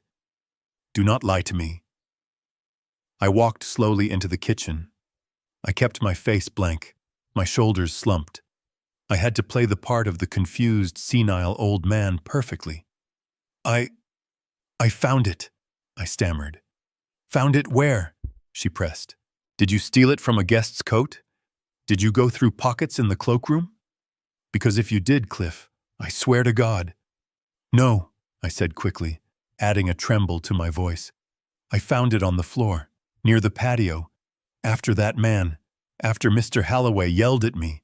It must have fallen out of his pocket, or someone else's. I just picked it up because I thought it looked important. I was going to put it in the lost and found." Vanessa stared at me. Her eyes narrowed behind her dark glasses. She was calculating. She was weighing the probability of me knowing a high-powered investor against the probability of me being a clumsy janitor who picked up trash. She looked back at the card, then at me. A sneer curled her lip. "Of course," she said, tossing the card onto the counter. "You picked it up. For a second, I thought you were going to tell me you knew the managing director, as if a man like that would associate with someone who sleeps in a basement." She laughed, a dry, humorless sound. "It is funny, actually," she continued, turning back to her screen. "This company, Osiris Ventures, they are the ones buying the house. They are the ones paying all cash. It must have been fate that you found their card. A sign that the universe wants me to be rich." She did not see the irony. She did not see that the managing director she was so impressed by was actually my old college roommate's daughter, Patty. She did not see that the universe she was thanking was actually the father-in-law she was starving. I went back to scrubbing the rug, but I wasn't done yet. I needed to push harder. I needed to see how blind they really were. 2 days later, I was in the kitchen, ostensibly fixing the garbage disposal, which Brandon had jammed with lime wedges. My head was under the sink, but my phone was in my hand. I had arranged for Patty to call me at exactly 2 p.m. Right on cue, the phone buzzed. I crawled out from under the sink, wiped my grease-stained hands on a rag, and answered it. Vanessa was at the table, reviewing the closing documents with a highlighter. "Hello?" I said, making sure my voice was just loud enough to carry. "Cliff, it is Patty," the voice on the other end said. "The funds are positioned. The wire transfer is set for the closing date. Are we still green on the penalty clause?" I looked at Vanessa. She hadn't looked up. She was engrossed in calculating her commission. "Yes," I said into the phone. The collection is ready. I am ready to let it go." Patty improvised perfectly. "Understood. And the Malibu transfer? The taxes are prepaid?" "Yes," I said. "The taxes are handled. It is a big burden off my shoulders." Vanessa's highlighter stopped moving. She didn't turn around, but her posture stiffened. She was listening. "Okay," Patty said. "I will call you when the transaction is complete. Goodbye, Mr. Dalton." "Goodbye," I said. I hung up. I went back to the sink. "Who was that?" Vanessa asked. Her voice was casual, too casual. I paused. I let the silence hang for a second. "Just an old friend," I said. "You were talking about taxes," she said, swiveling around, "and transfers. Do you have money you are hiding from us, Cliff? Because if you do, and you are living here for free, that is fraud." I stood up, holding the wrench. I looked her in the eye. "I was selling my stamp collection, Vanessa," I lied. "It is the last thing I have. I found a buyer online. He is wiring me $200 for the whole set. I just wanted to make sure the shipping taxes were covered." She stared at me. For a moment, doubt flickered in her eyes. Malibu. Why would a stamp collection involve Malibu? But then she looked at my greasy shirt. She looked at the wrench. She looked at the man she had beaten down. "Stamp collection," she scoffed. "Jesus, Cliff. You had me worried for a second. I thought you were actually doing something important. $200? That won't even cover the water bill you ran up this month." She turned back to her papers. "Make sure you fix that disposal properly," she muttered. "I don't want the inspector to find any faults. Not that there is an inspection. God, I love corporate buyers. They are so stupid with their money." I went back under the sink. I tightened the bolt. I smiled in the darkness of the cabinet. "Stupid," I whispered. "Yes, someone is definitely being stupid." The final test came the night before the closing. I decided to leave a physical trail. I knew Vanessa checked the recycling bin. She was paranoid about identity theft and checked every piece of paper before it went to the curb. I sat in the basement and drafted a document on my old laptop. It was a simple spreadsheet. It listed 3 properties: Napa Harvest Yield, Q4, Midwest Solar Lease, Year 5, and Malibu Estate, Maintenance Schedule. I printed it out on the dusty printer I had stashed in a box. I crumpled the paper up, smoothed it out, then tore it in half. I took the half that said Malibu Estate and Napa Harvest and walked upstairs. It was late. The house was dark. I walked to the kitchen and opened the recycling bin.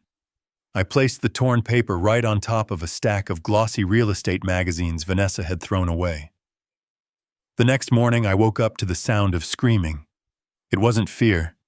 It was laughter. Mocking, hysterical laughter. I went upstairs. Vanessa was standing in the kitchen, holding the torn piece of paper. Brandon was drinking coffee, looking confused. "Look at this!" Vanessa shrieked when she saw me. She waved the paper in my face. "Look what your father is doing now, Brandon." She handed the paper to Brandon. "Napa Harvest? Malibu Estate?" She read the words out loud, using a mocking, aristocratic accent. "Cliff, are you feeling okay? Do we need to up your dosage?" I stood there, blinking. I don't know what that is," I said. "Don't lie," she laughed. "I found it in the bin." "You printed this out. What is this? Is this your fantasy life? Do you sit down there in the dark and pretend you own vineyards? Pretend you have a house in Malibu?" She wiped a tear of laughter from her eye. "It is sad, really. It is pathological. You are so desperate to be someone, Cliff, that you are inventing spreadsheets for imaginary assets." Brandon looked at the paper. He looked disturbed. "Dad, is this true? Are you having episodes? Do you actually believe this is real?" I looked at my son. He wasn't worried about my health. He was worried that my insanity might embarrass them. I was just dreaming, I said softly. "A man can dream, can't he?" Vanessa crumpled the paper up and threw it back in the trash. "Dream on your own time, Cliff, and stop wasting my printer paper. Ink is expensive." She grabbed her purse. "Come on, Brandon, we have to get to the title company. Gavin is waiting. Today is the day we get paid. Today is the day we get rid of the dead weight." She walked past me, brushing my shoulder. "Maybe with your $200 from the stamp collection, you can buy a map," she whispered. "So you can find your way to reality." They left. The door slammed. The house was quiet. I walked over to the trash can. I picked up the crumpled paper. I smoothed it out. "Reality," I said to the empty kitchen. "You have no idea how hard reality is about to hit you." I went to the window and watched their car pull out of the driveway. They were speeding. They were rushing toward the cliff edge, and I was the one who had cut the brakes. I went downstairs and put on my suit. My real suit. The one I had worn to my wife's funeral. The one I had worn to my father's funeral. And the one I would wear to the funeral of their greed. I checked my watch. The closing was at 10. I had an hour. I called Patty. "I am coming," I said. "See you there, partner," she replied. I walked out of the house. I didn't lock the door. It wouldn't be their house much longer anyway. The escape from my own house was a military operation. I waited until the digital clock on the microwave flashed 1 in the morning. The house was silent, save for the hum of the refrigerator and the rhythmic ticking of the grandfather clock in the hall. A clock my father had built, which Vanessa had threatened to paint white to match her farmhouse chic aesthetic. I slipped out of the basement, my shoes in my hand, stepping only on the edges of the staircase where the wood was less likely to groan. I was not sneaking out to meet a lover or to commit a crime. I was sneaking out to buy my own life back. I walked 3 miles in the biting Chicago wind to a 24-hour diner called the Greasy Spoon. It was the kind of place Vanessa would rather die than be seen in. The windows were yellowed with decades of nicotine and grease, and the neon sign out front buzzed with a dying electrical hum. It was perfect. It was the last place on earth anyone would look for a multimillionaire. I pushed open the door, the bell jingling cheerfully, a stark contrast to my mood. The diner was nearly empty. A truck driver hunched over a plate of eggs in the corner, and a waitress with tired eyes and a name tag that read Barb was wiping down the counter. And there, in the back booth, sitting underneath a flickering fluorescent light, was Patty Moore. She looked out of place yet completely in command. She was wearing a trench coat over her pajamas, her silver hair pulled back in a severe bun. On the cracked laminate table in front of her sat a thick stack of legal documents and 2 cups of black coffee. I slid into the booth opposite her. The vinyl seat was torn, patched with duct tape that snagged on my trousers. "You look terrible, Cliff," Patty said, pushing one of the mugs toward me. Her voice was devoid of pity, just stating a fact. "I feel terrible," I admitted, wrapping my freezing hands around the warm ceramic. "I am living in a refrigerator, Patty. I am eating garbage. My back hurts so much I can barely stand up straight." "Then let's make this quick," she said, tapping the stack of papers. "This is it. The nuclear option." She flipped open the file. The first page bore the name we had chosen: Osiris Ventures, LLC. "I registered the company in Delaware this morning," Patty explained, her finger tracing the lines of text. "The registered agent is a shell firm. There is no trail leading back to you. As far as the world is concerned, Osiris Ventures is a faceless investment group with too much money and zero emotional attachment." "And the offer?" I asked. She flipped to the next page. "The purchase agreement. Full asking price plus 20%. Cash. 7-day close. No inspection." I looked at the number. It was staggering. It was enough money to solve all their problems. It was enough money to make them feel invincible. "They will take it," I whispered. "They won't even hesitate." "That is the point," Patty said. "We are dangling a steak in front of starving wolves. They will swallow the hook before they even taste the meat." She turned the page again, revealing a dense block of text highlighted in yellow. "Now this is the trap," she said, her voice dropping lower. "Section 4, Clause B, the Occupancy and Asset Preservation Clause." I leaned in, squinting at the fine print. "Read it, Cliff," I read. "The seller agrees to vacate the property within 48 hours of closing. Furthermore, the seller agrees that all fixtures, appliances, and treatments present during the initial viewing are part of the sale. Any damage, removal, or alteration of the property or its contents prior to the final transfer of possession will result in a breach of contract. In the event of a breach, the seller is liable for liquidated damages equal to 3 times the earnest money deposit, plus all legal fees." "And here is the kicker," Patty said, pointing to the next paragraph. "The buyer reserves the right to place a lien on any and all assets of the seller to satisfy this debt, effective immediately upon the determination of a breach." I looked up at her. "They are going to breach it," I said. "I know them. They are going to take the chandeliers. They are going to take the expensive curtains. Vanessa thinks the appliances are hers because she picked them out." "Exactly," Patty smiled, a cold, shark-like expression. "And the moment they unscrew a single light bulb, or the moment they stay 1 hour past the deadline because they are too busy spending the money to pack, we own them." "But the money," I said, hesitating. "I am wiring them $500,000, Patty. What if they run?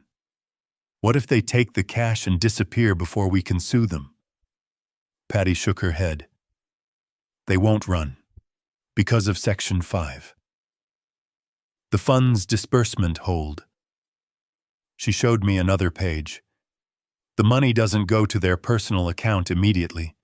It goes into an escrow account controlled by the title company, which, by the way, is a subsidiary of my firm.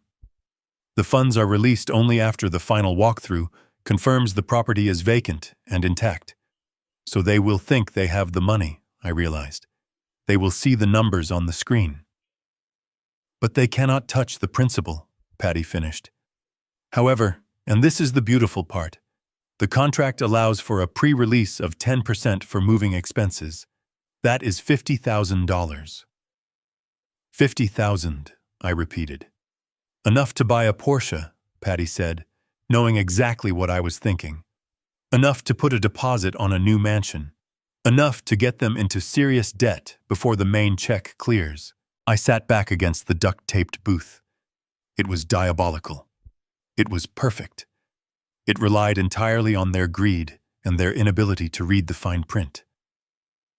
I picked up the pen. It felt heavy in my hand. "This is my son, Patty," I said softly. "I am setting a bear trap for my own son." Patty reached across the table and covered my hand with hers. Her skin was warm, a stark contrast to the cold that had settled in my bones over the last 2 weeks. "No, Cliff. You are not setting a trap. You are giving a test. If Brandon reads the contract, if he acts with integrity, if he treats the house with respect, he walks away with $500,000. He wins. All he has to do is be a decent human being." We both knew the answer to that.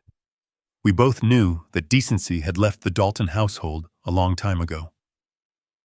"He will fail," I said. "Then he learns," she replied. "Sign the papers, Cliff." I looked at the signature line. Osiris Ventures, by authorized signatory. I pressed the pen to the paper. The ink flowed smoothly, black and permanent. I signed a name that wasn't mine. I signed as the ghost in the machine. "There," I said, pushing the stack back to her. "It is done." Patty organized the papers efficiently, sliding them back into her leather briefcase. "I will have the offer on their realtor's desk by 9 a.m., she said. "Get ready for the show." She stood up, buttoning her trench coat. She looked at me, her expression softening for a fraction of a second. "Are you sure you are okay down there? In the basement?" "I can get you a hotel, Cliff. We can say it is a distant relative helping you out." "No," I said, standing up. "I need to be there. I need to see it. I need to see their faces when they think they have won. It is the only thing keeping me warm." Patty nodded. She reached into her pocket and pulled out a small, foil-wrapped package. "Here, a bagel with cream cheese." I swiped it from the break room. "It is better than garbage." "Thank you," I said, taking the food. It felt like a bar of gold.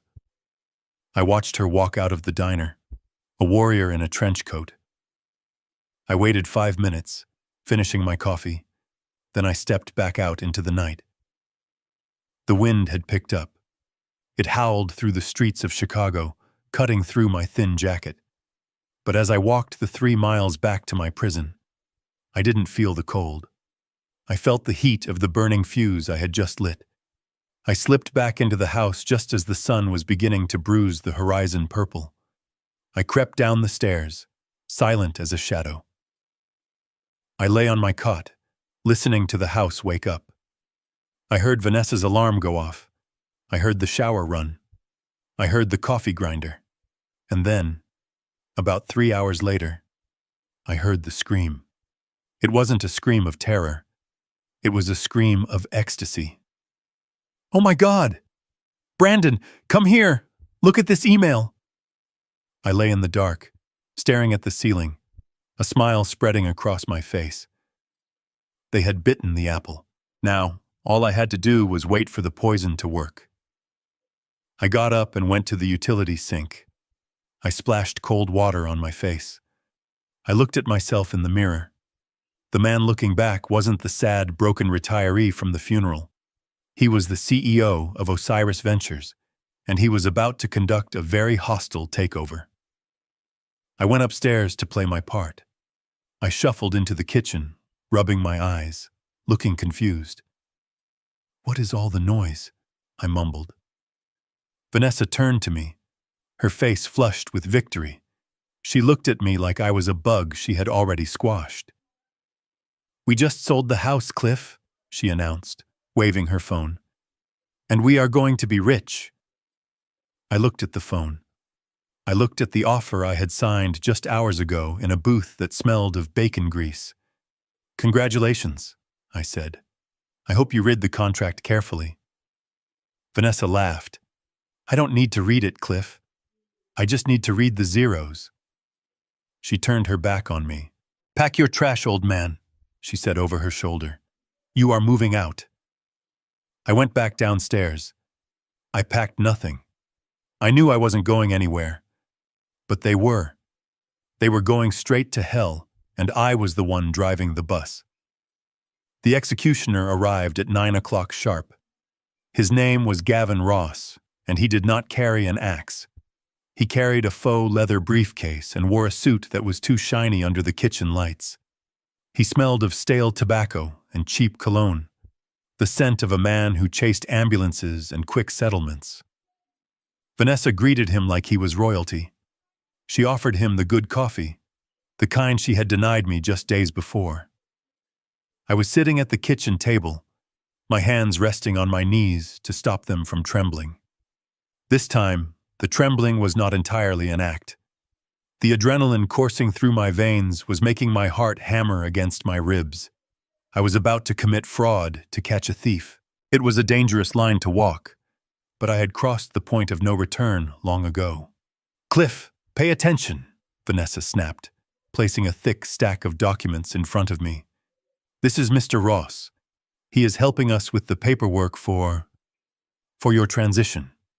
She did not say sale. She did not say eviction. She used corporate speak. Transition. As if I were a department being downsized, not a father being thrown into the street. Mr. Ross gave me a greasy smile. His teeth were yellow, and his eyes did not smile with them. "Good morning, Mr. Dalton. We just need a few signatures today. Standard procedure. Just to get your assets liquid so your son can manage your care better." Care. That was the word they were using. I looked at the document. The header was folded over. I could not see the words real estate purchase agreement. I could only see the signature line at the bottom. "What am I signing?" I asked, my voice weak and raspy. "I told you, Cliff," Vanessa said, her patience already wearing thin. "It is for your health insurance and the nursing home application. We need to show that you have financial backing, so they will give you a room with a window." She was lying so effortlessly. She was looking me in the eye and telling me that selling my home was the only way to get a view of the parking lot at Shady Pines. Brandon was standing by the refrigerator, looking at the floor. He knew. He knew this was a sale. He knew they were tricking me. And he said nothing. His silence was louder than her lies. I reached for the pen. I let my hand hover over the paper. I let it shake violently. I cannot read the fine print," I mumbled. "It is too blurry." "You do not need to read it, Dad." Brandon spoke up suddenly, his voice thick with guilt. Just sign it. It will be over soon." I looked at my son. "It will be over soon." He sounded like he was putting down a sick dog. Vanessa sighed loudly. She walked around the table and grabbed my hand. Her fingers were cold and sharp. She forced the pen into my grip. "Stop stalling, Cliff. Mr. Ross charges by the hour. Put the pen on the paper. Right there. Next to the X." I looked at the X. This was the moment. The deed to the house, the one filed in the county records, listed my full legal name, Clifford Theodore Dalton. It was a name I rarely used, but it was the only name that mattered in a court of law. If I signed anything else, the contract would be voidable. It would be a mess. It would be a legal nightmare that would tie up the title for months, freezing the assets and exposing them to the liability clause I had secretly inserted into the offer. I pressed the pen to the paper. I felt Vanessa's eyes boring into the top of my head. I felt Gavin's greedy anticipation. I started to write. I made the C large and shaky. I dragged the pen across the page, making the letters jagged and uneven.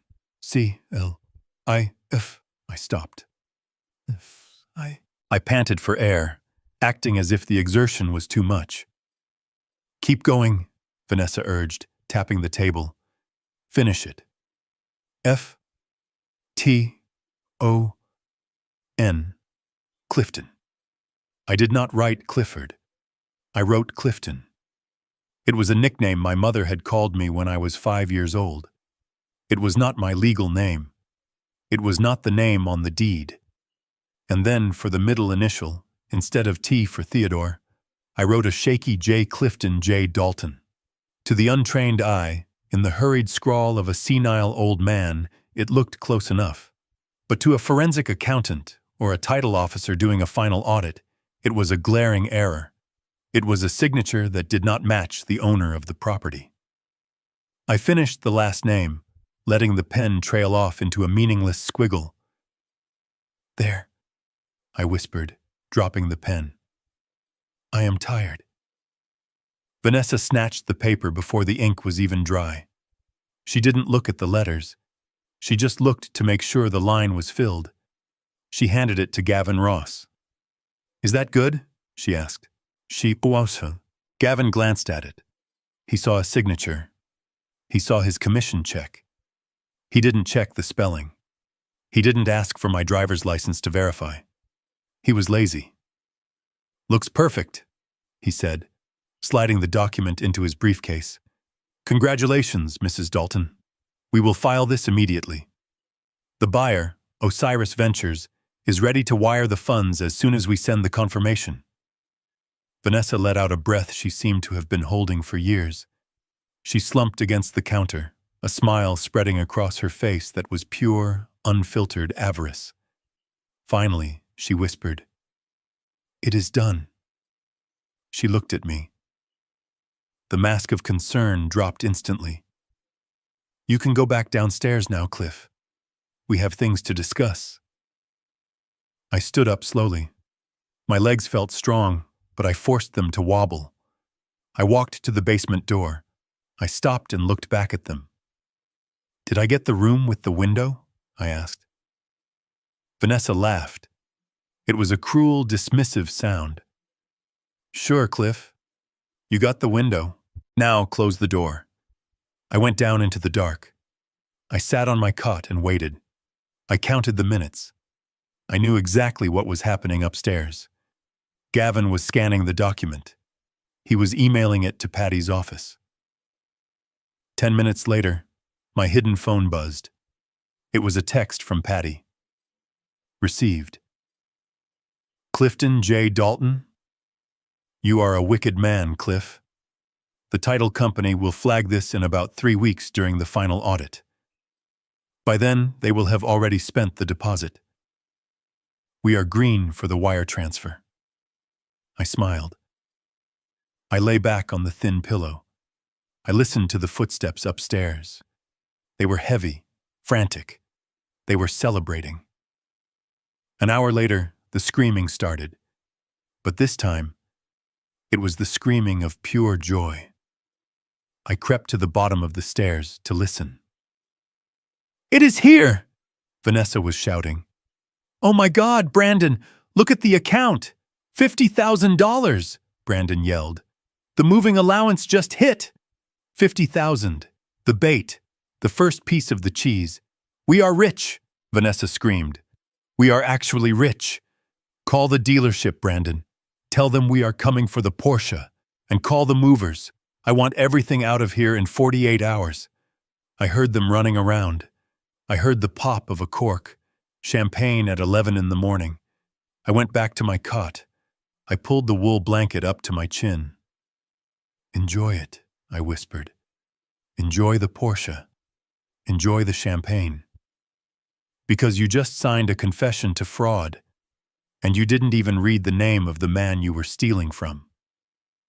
The next 2 days were a blur of chaotic activity.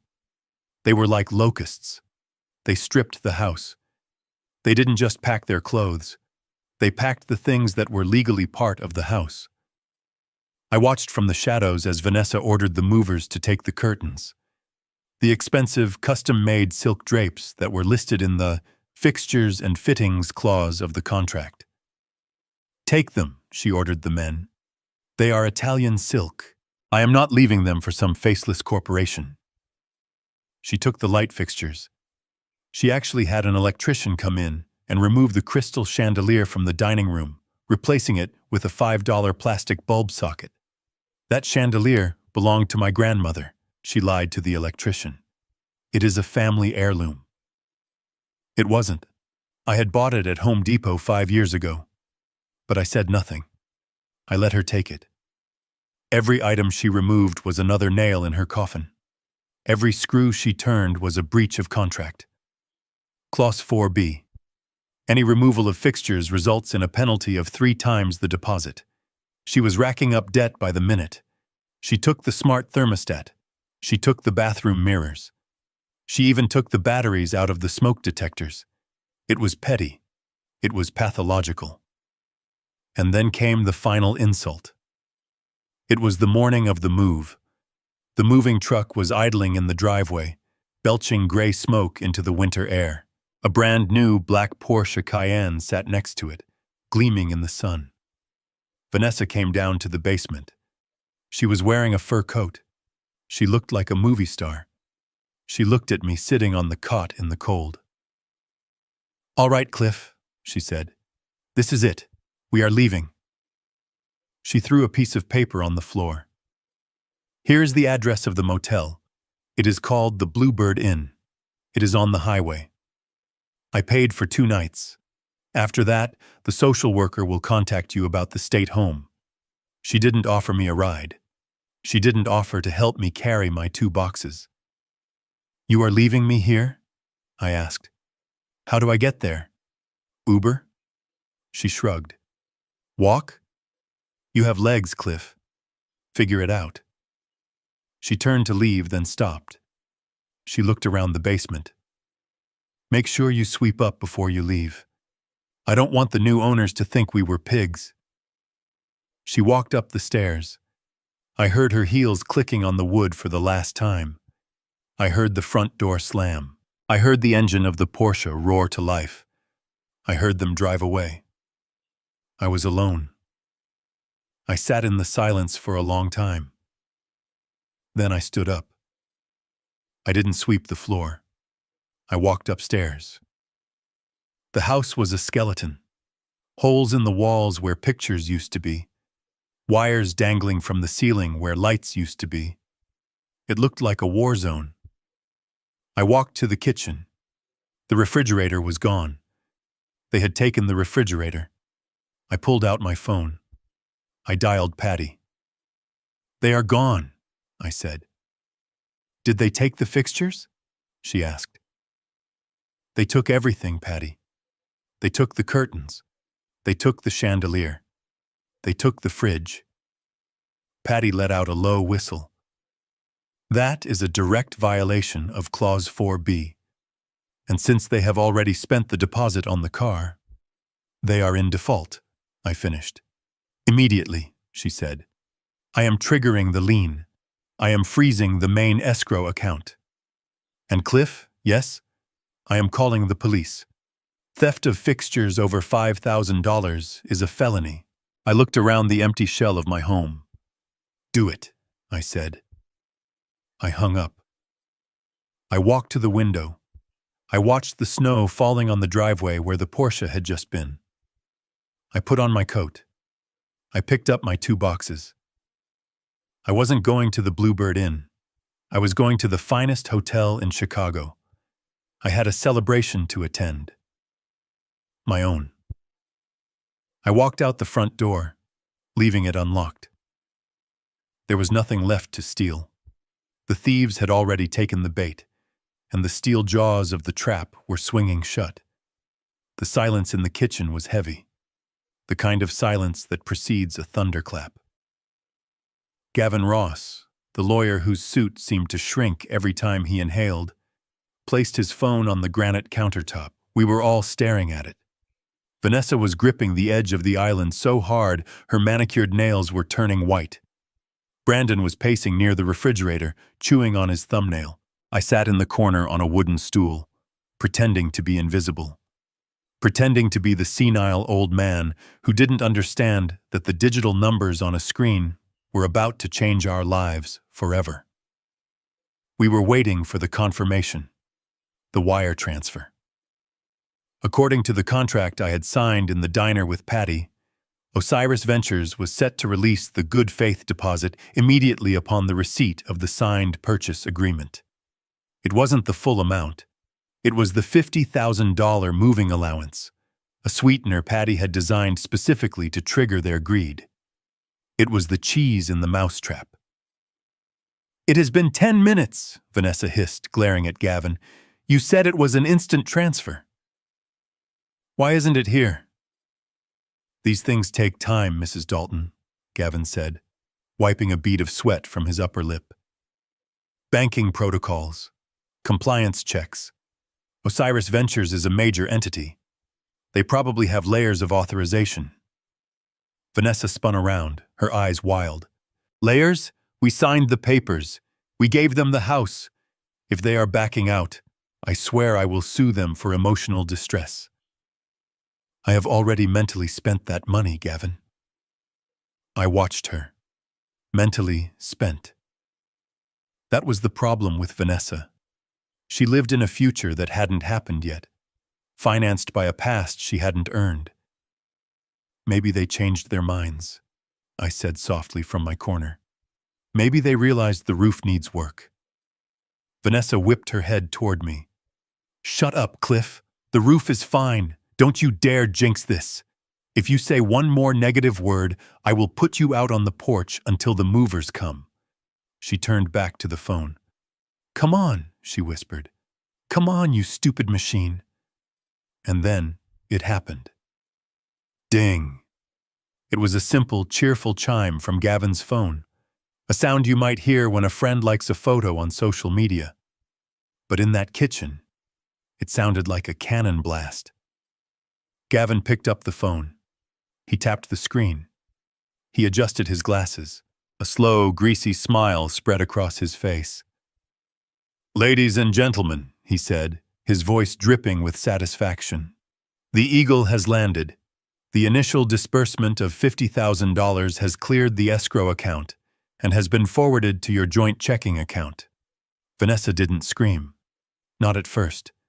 She scrambled for her own phone. Her fingers flew across the screen, logging into her banking app. I saw her breath hitch. I saw her eyes widen until they were almost perfectly round. She dropped the phone on the counter. She looked at Brandon. "It is there," she whispered. "It is actually there." "How much?" Brandon asked, his voice cracking. 50,000, she recited, emphasizing every zero. $50,000.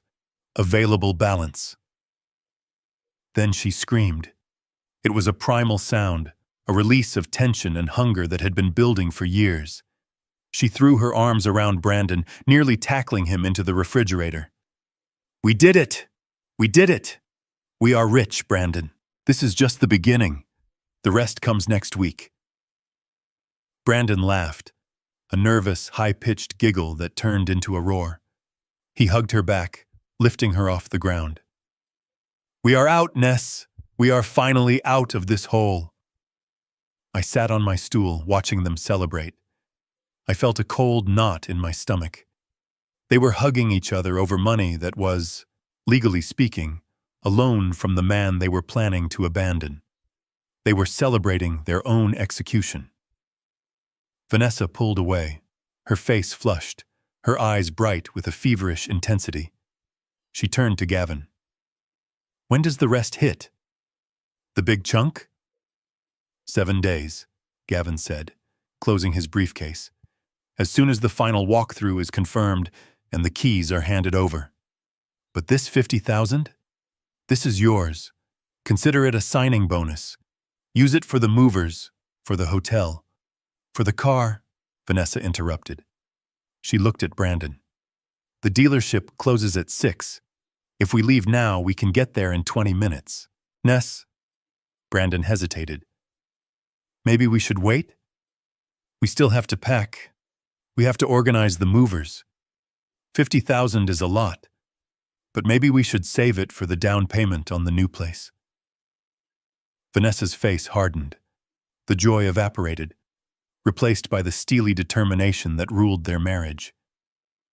Brandon, look at me. We have been driving that second-hand sedan for 5 years. I am a top-tier realtor now. I just sold a house to an international conglomerate. I need to look the part. Image is everything. If I pull up to the closing in a Porsche, it sends a message. It says we are winners. But the packing. We can hire packers, Vanessa shouted, gesturing around the kitchen. We have money now. We don't have to pack boxes like peasants. We hire people to do that. We hire people to clean. We are moving up, Brandon. Stop thinking like a poor person. She grabbed her purse. She grabbed the keys to their old car. We are going. Now. Gavin, you can show yourself out? Of course, Gavin said, bowing slightly. I will be in touch regarding the final documents. Vanessa grabbed Brandon's hand and dragged him toward the door. She didn't look at me. She didn't acknowledge the man sitting in the corner, the man whose bank account had just funded her fantasy. Wait, I called out. Vanessa stopped in the doorway, her back to me. She turned her head slowly, impatience radiating from her silhouette. What, Cliff? We are in a hurry. That money, I said, keeping my voice steady. The contract said it was for moving expenses. Are you sure you can use it for a car? Vanessa laughed. It was a sound of pure pity. Oh, Cliff, you really don't understand how the world works, do you? Money is fungible. Once it is in my account, it is my money. I can buy a car, I can buy a boat, I can burn it in the driveway if I want to. It is called liquidity. Look it up. But if the deal falls through, I started. It won't fall through, she snapped. The money is in the bank. It is done. God, why are you always such a dark cloud? Just be happy for us. Or at least be quiet. She pulled Brandon out the door. Bye, Dad, Brandon called out, a weak apology in his voice. We will bring you back, dinner. The door slammed. I listened to their car start up. I listened to them peel out of the driveway, rushing toward the luxury car dealership on the highway. I was left alone in the kitchen with Gavin Ross. He looked at me. He looked at my worn flannel shirt, my gray hair, the way I slumped on the stool. He probably saw a tragic figure, a father left behind. Well, Mr. Dalton, Gavin said, checking his watch. It seems things are working out. I looked at him. I saw the greed in his eyes, too. He was calculating his own cut of the deal. Do you think they will buy the Porsche? I asked. Gavin chuckled. Knowing your daughter-in-law? They will buy the most expensive model on the lot. And why not? They just won the lottery. He picked up his briefcase. You should start packing your things, Mr. Dalton. The new owners, Osiris Ventures, they are very strict about deadlines. You don't want to be here when their security team arrives. I smiled. A slow, dry smile. Don't worry, Mr. Ross. I know exactly what the new owners want.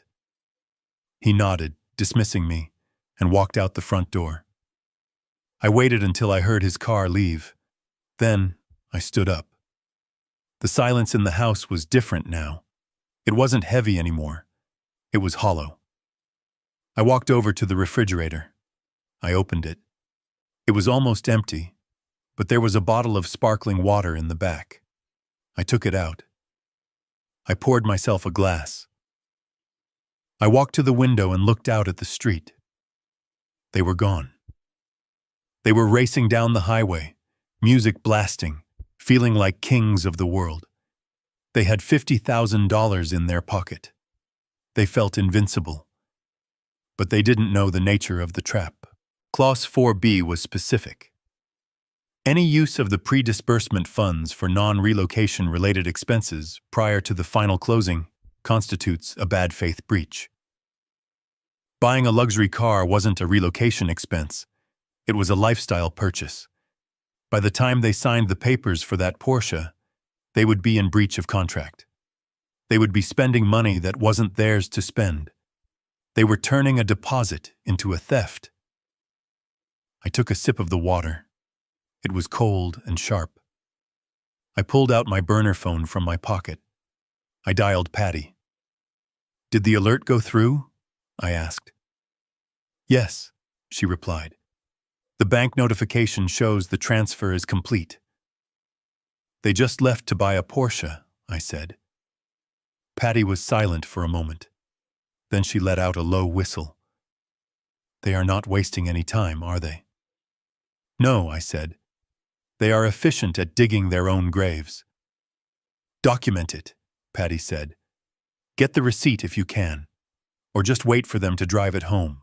The VIN number will be enough to prove the asset was purchased with our funds." "I will be watching," I promised.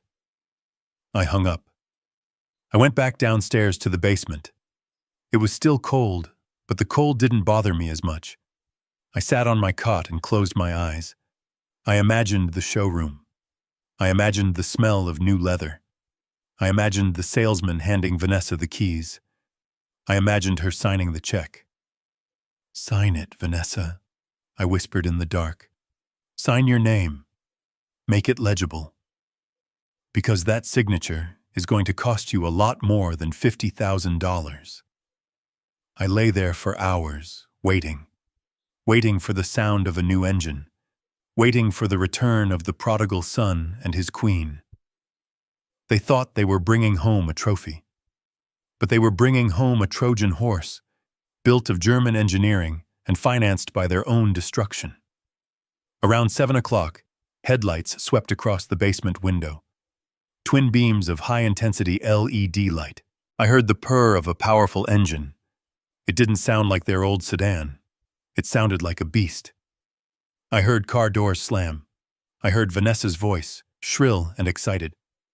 "Look at it, Brandon! Look how it shines!" I got up. I climbed the stairs.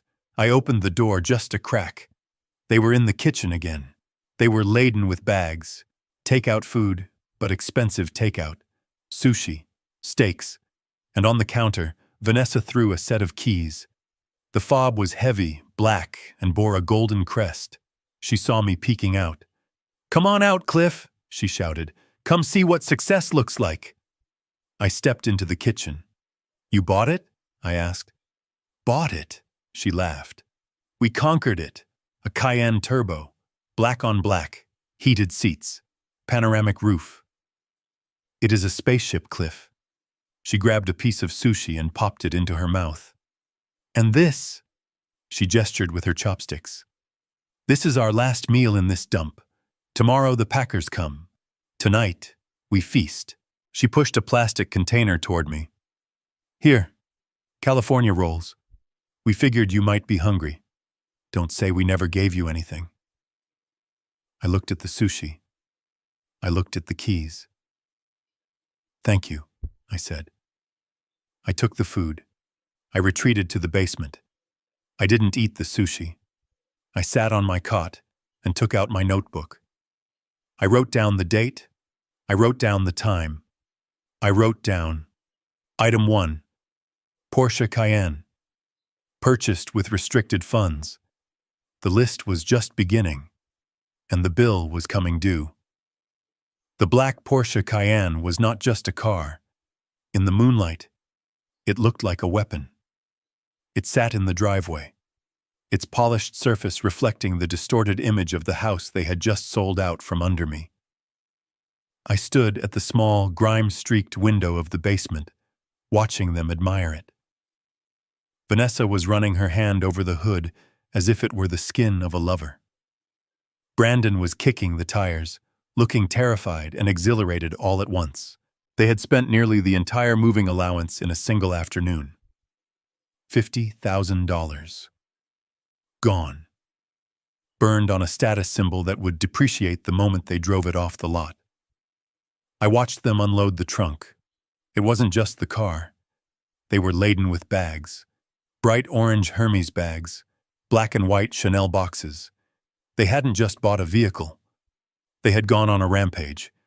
They were trying to buy a new identity, one purchase at a time. I took out my notebook and wrote it down. Luxury apparel, designer handbags, estimated value, $15,000. They were spending money they didn't have. On credit cards they planned to pay off with the next wire transfer. The transfer that was never coming. I heard the front door open, followed by the thud of heavy footsteps and manic laughter. I climbed the stairs slowly. I wanted to see the madness up close. I wanted to smell the desperation masked as success. When I entered the kitchen, it looked like a looting had taken place, but in reverse. The countertops were covered in silk, leather, and gold. Vanessa was holding up a pair of shoes with red soles, spinning in a circle. "Look at these, Cliff!" she shrieked when she saw me. "Do you know what these are? These are Christian Louboutins. They cost more than your first car." "They are very red," I said neutrally. She laughed, a sharp, brittle sound. "They are the color of power, Cliff. Something you wouldn't understand." Brandon was struggling to open a bottle of scotch. Blue label, $300 a bottle.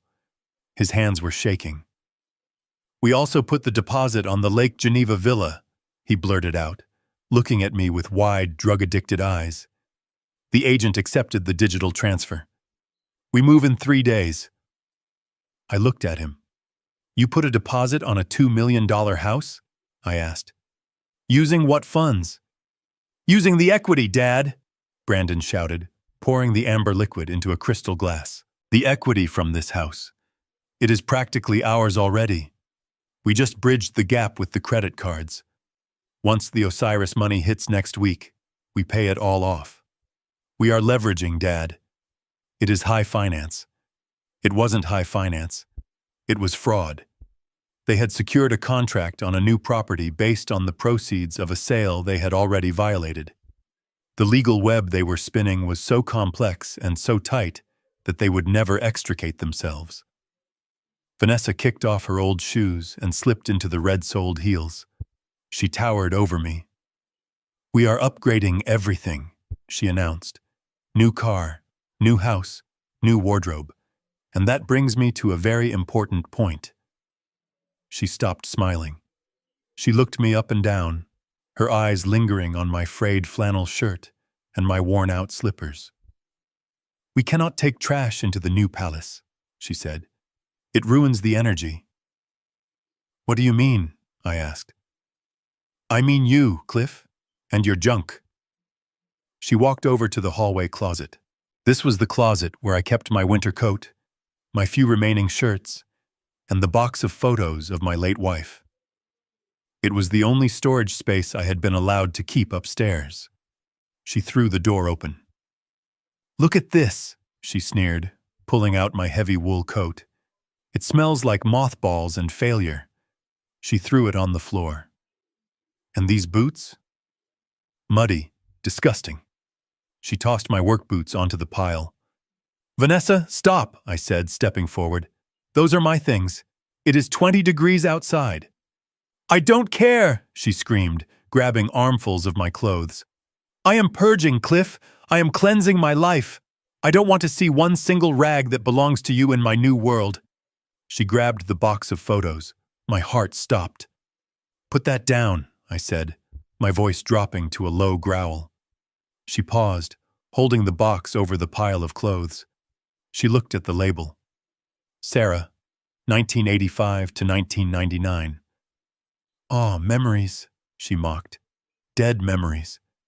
She dropped the box. It hit the floor with a sickening crunch. The glass of the frames inside shattered. "Brandon," I yelled. "Do something! She is destroying my property!" Brandon stood by the island, clutching his scotch. He looked at Vanessa, then at me. He took a sip of his drink and looked away. "She is right, Dad," he mumbled. "We need a fresh start."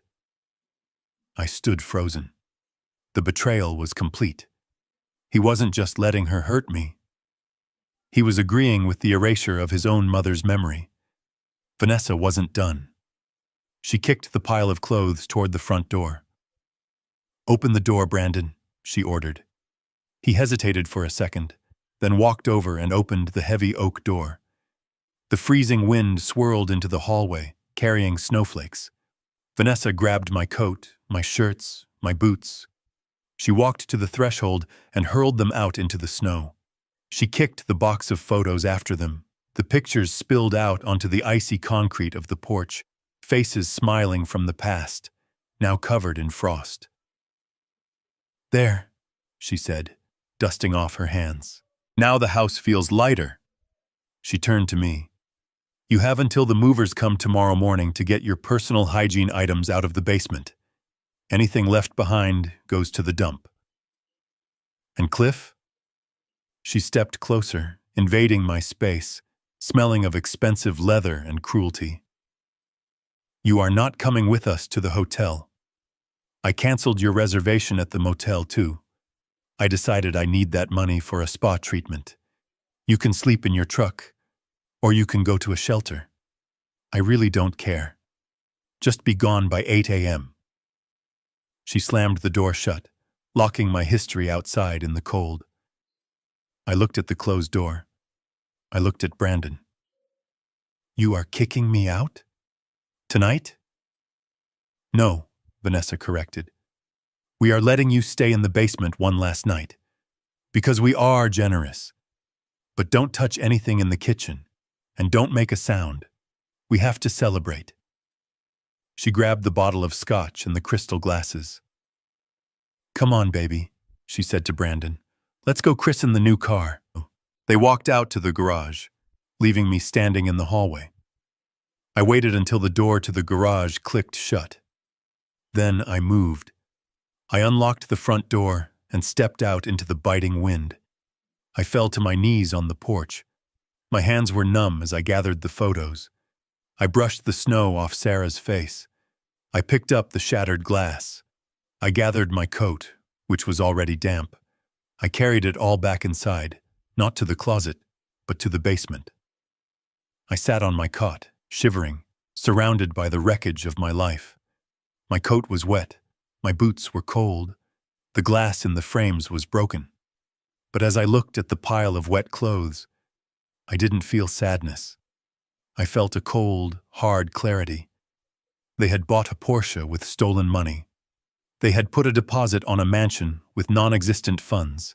And now, they had destroyed my personal property. Clause 12. Destruction of personal property. The penalty was immediate eviction and forfeiture of all assets on the premises to cover damages. I pulled out my phone. I took a picture of the wet clothes. I took a picture of the broken frames. I took a picture of the empty hanger in the closet. Then I texted Patty. They destroyed my personal effects. They threw Sarah's photos in the snow. And they just admitted to putting a deposit on a new house using credit. The reply came instantly.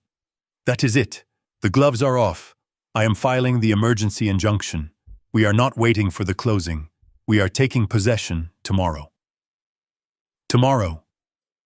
I looked at the ceiling. I could hear the garage door opening. I could hear the engine of the Porsche revving.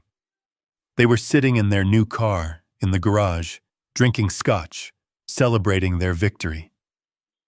"Celebrate," I whispered. "Drink up, because tomorrow morning you are going to wake up with the worst hangover of your lives." I packed my 2 boxes. I packed the broken photos. I packed the wet coat. I was ready. I lay down on the cot, but I didn't sleep. I visualized the clock ticking. Every second that passed was a second closer to justice. They had given me an ultimatum. Be gone by 8 a.m. I would be gone. But I wouldn't be leaving alone. I would be leaving with the keys to my house. And they would be leaving with nothing but the clothes on their backs and a debt that would follow them to the grave. The night dragged on, the cold seeping into my marrow. But inside I was burning. I was burning with the righteousness of a father who had given everything, and the fury of a man who had been pushed too far. The spending spree was over. The bill was on the table. And at 8 a.m. sharp, I was going to make them pay. The restaurant, Le Blanc, was a temple of excess. It was the kind of place where the menu had no prices, and the waiters spoke in hushed, reverent tones about the origin of the truffles. Vanessa had chosen it not for the food, but for the lighting. She wanted to look good while she delivered the final blow. She and Brandon were already seated when I arrived, their table positioned near the floor-to-ceiling windows that overlooked the valet stand. They looked like royalty. Vanessa was wearing a sequined dress that caught the candlelight, and Brandon was in a new suit that still had the creases from the packaging. I was wearing my old funeral suit, the one that smelled faintly of cedar and mothballs. When the maitre d' led me to the table, Vanessa didn't stand up. She barely looked up from her wineglass. "You are late, Cliff," she said, checking her diamond-encrusted watch. "Another purchase from the credit card spree. We almost ordered without you." I sat down. The chair was velvet, soft and expensive. "I had to take the bus," I said quietly. "It takes a while." Vanessa smirked, taking a sip of her champagne. "Well, get used to it. The bus is going to be your primary mode of transport from now on. Unless the shelter has a shuttle." She pushed a menu toward me. "Order whatever you want, within reason. We are celebrating, but let's not go crazy. I don't want you getting indigestion before your big move tomorrow." I looked at the menu. Foie gras, caviar, Wagyu beef. It was obscene. "I will just have the soup," I said.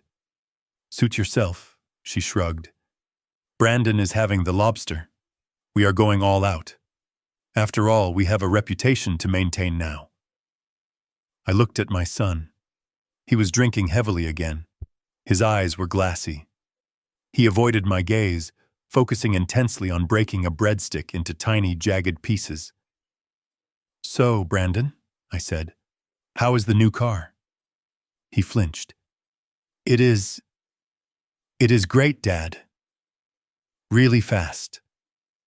"It is magnificent," Vanessa corrected him. The valet was practically drooling when we pulled up. That is the power of success, Cliff. People respect you when you have the right accessories." She leaned across the table, her eyes glittering with malice. "You know, Cliff," I was thinking, "since you are going to be living on state aid, maybe you should sell that old truck of yours. It is an eyesore. I bet you could get $500 for it. That would buy you a lot of... What do you eat?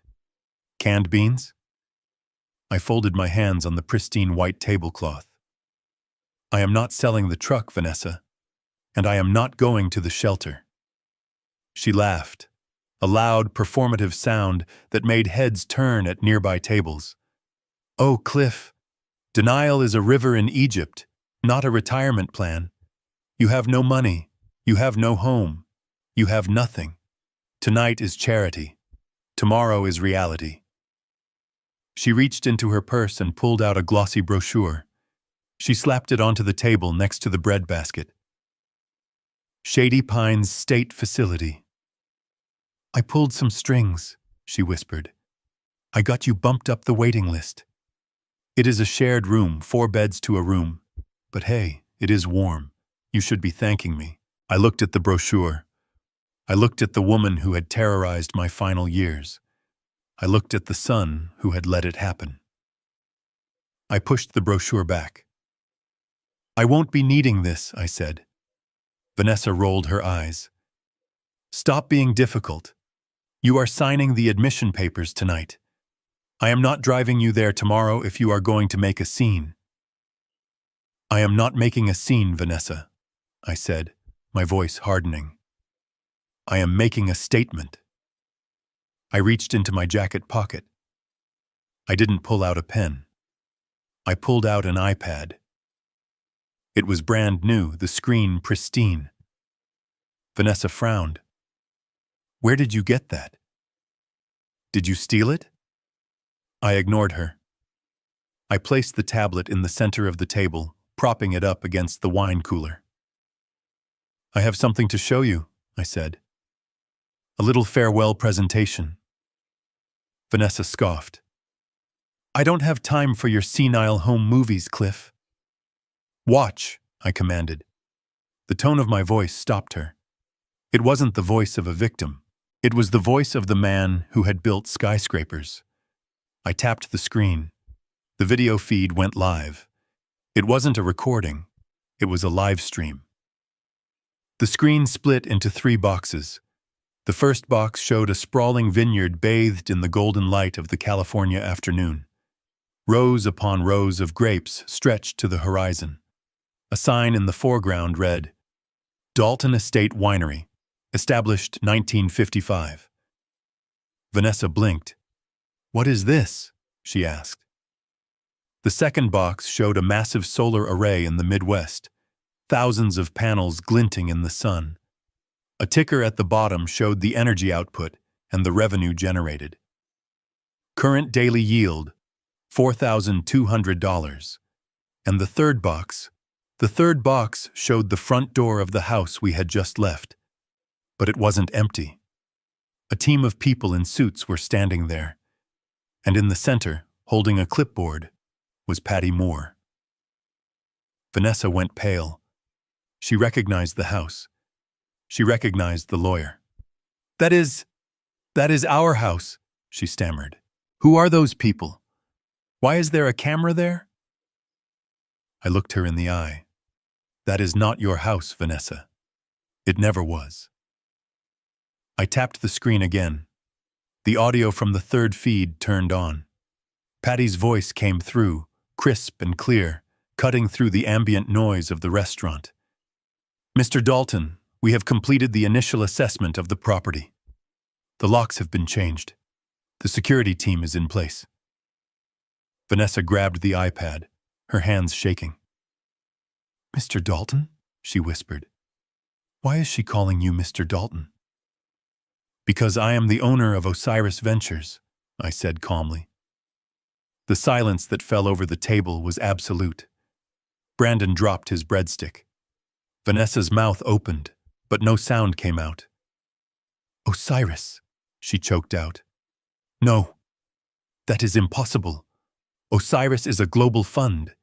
You are broke. You wash your clothes in a sink.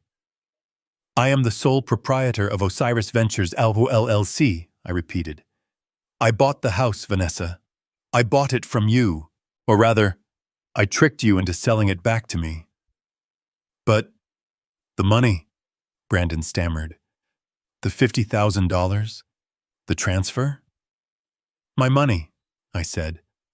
I transferred it from my left pocket to my right pocket, passing it through your hands just long enough for you to incriminate yourselves. Incriminate? Vanessa's voice rose to a screech. What are you talking about? We sold the house. It is a legal deal. I nodded to the screen. Patty? On the screen, Patty looked directly into the camera. She held up a document. Mrs. Dalton, Mr. Dalton, as of 6 p.m. this evening, you are in violation of multiple clauses of the purchase agreement. Specifically, Clause 4B, misappropriation of restricted funds. Vanessa shook her head frantically. No, that was a moving allowance. We can spend it however we want. Incorrect, Patty continued, her voice like a judge delivering a sentence. The contract states the funds are for relocation expenses only. Our forensic team has flagged a purchase of $72,000 at a luxury car dealership made at 5:45 p.m. today. That is a breach. So what? Vanessa yelled at the screen, ignoring the diners staring at us. We will pay it back. We have the rest of the money coming. There is no rest of the money, Patty said. The main escrow has been frozen. Furthermore, we have documented the removal of fixtures listed in the asset schedule. The chandelier, the drapes, the smart home system. That is theft, Mrs. Dalton. Grand larceny. Vanessa dropped the iPad. It clattered onto the table. You set us up, she hissed at me. You old bastard. You trapped us. I didn't set you up, I said, taking a sip of water. I gave you a test. I gave you $50,000 and a simple set of rules. You failed. You couldn't resist the greed. You couldn't resist the urge to show off. I stood up. I buttoned my old jacket. And then there is the personal property, I added. Clause 12, you threw my wife's photos in the snow. You destroyed my clothes. That triggers the immediate forfeiture clause. Forfeiture of what? Vanessa screamed. We have nothing left there. We took it all. Forfeiture of all assets, I said, including the ones you bought with my stolen money. I pointed out the window. Look. Vanessa and Brandon turned their heads. Outside, under the streetlights, a large flatbed tow truck had pulled up to the valet stand. The driver was already hooking chains to the axle of the shiny black Porsche Cayenne. No! Brandon yelled, jumping up. No, that is my car! He ran toward the window, banging on the glass. It is not your car, son, I said, my voice sad but firm. It is the bank's car. And since I hold the lien on your debt, it is effectively my car. Vanessa sat frozen in her chair. She watched as the tow truck lifted the front of her dream machine into the air. She watched as the valet stepped back, handing the keys to the driver. She watched her status symbol, her ticket to the high life, being dragged away like a piece of scrap metal. She turned to me. Her face was a mask of pure terror. Cliff, Dad, please, we can fix this. We can undo the sale. We will give you the money back. Just don't do this. We have the new house deposit. If we lose this money, we lose that house too. You already lost it, I said. You have no income. You have no assets. You have a mountain of debt and a lawsuit for fraud coming your way. I leaned in close. I tried to be your father, Vanessa. I tried to be a grandfather to your children, if you ever had them. I cooked your meals, I fixed your roof, and you treated me like a dog. You put me in a freezing basement. You denied me medicine. You laughed when I cleaned shoes on my knees. I paused, letting the weight of the memories crush her. You wanted a transition? You got one. You are transitioning from the middle class to the bottom. I picked up the iPad. On the screen, Patty nodded to me. The police are on their way to the hotel to recover the stolen fixtures, Cliff. Do you want to press charges for the theft? I looked at Brandon. He was sobbing against the glass. No, I said. I don't want them in jail. I want them to work. I want them to know what it feels like to start from zero. I turned to Vanessa. The check for the dinner, I said. It is on you. Oh, wait. Your cards are probably frozen by now. I reached into my pocket and pulled out a $20 bill. I threw it on the table. Here. This should cover the soup. You will have to wash dishes for the lobster. I turned and walked away. I walked through the silent restaurant. I didn't look back at the sobbing woman in the sequins or the broken man at the window. I walked out the front door, past the empty spot where the Porsche had been. The night air was cold, but for the first time in months, I didn't feel it. I hailed a taxi. Where to? The driver asked. The airport, I said. I have a vineyard to visit. As the taxi pulled away, I looked at my phone. I deleted the contact named Home. I didn't have a home there anymore. My home was wherever I chose to be, and for the first time in a long time, the road ahead was wide open. I watched them through the rear window of the taxi as it pulled away from the curb. It was a tableau of absolute misery. The tow truck had vanished around the corner with their black Porsche, taking their last shred of dignity with it. Vanessa was no longer the queen of high society. She was just a woman in a wet, sequined dress standing on a dirty sidewalk, screaming at her husband. I could see her hands flying wildly, pointing at the empty parking spot, then poking Brandon in the chest. Even through the glass, I knew exactly what she was saying. She was blaming him. She was telling him he should have read the contract. She was telling him he should have stood up to me. And Brandon, for the first time in his life, was not taking it silently. I saw him shout back. I saw him throw his hands up in a gesture of total defeat. They were devouring each other. The greed that had bound them together was now the very thing tearing them apart. They were two drowning people trying to climb on top of one another to survive, only to push each other deeper into the abyss. The freezing rain began to fall, mixing with the tears I knew were streaming down their faces, washing away the facade they had spent so much money to build. They were alone in the city, with no home to go to, no car to drive, and a silence between them that would last forever. I turned around and settled into the worn leather seat of the cab. The driver asked me which terminal, and I told him International. I wasn't just going to Napa. I was going to see the world. For years, I had convinced myself that family was an obligation, a cross to bear no matter how heavy it became. I thought love meant enduring abuse in silence. But as the city lights blurred past me, I realized that true family is not defined by DNA. It is defined by respect. It is defined by kindness. It is defined by the people who bring you soup when you are sick, not the ones who pour it on the floor. I had lost a son, yes, but I had regained myself. I touched the pocket of my jacket where my passport lay next to the deed to the vineyard. I was 68 years old, and my life was not ending. It was just beginning. I would build that school. I would grow those grapes. I would leave my legacy to people who actually understood the value of hard work. I closed my eyes and listened to the hum of the tires on the asphalt. It was the sweetest sound I had ever heard. It was the sound of freedom. I didn't hate Brandon and Vanessa.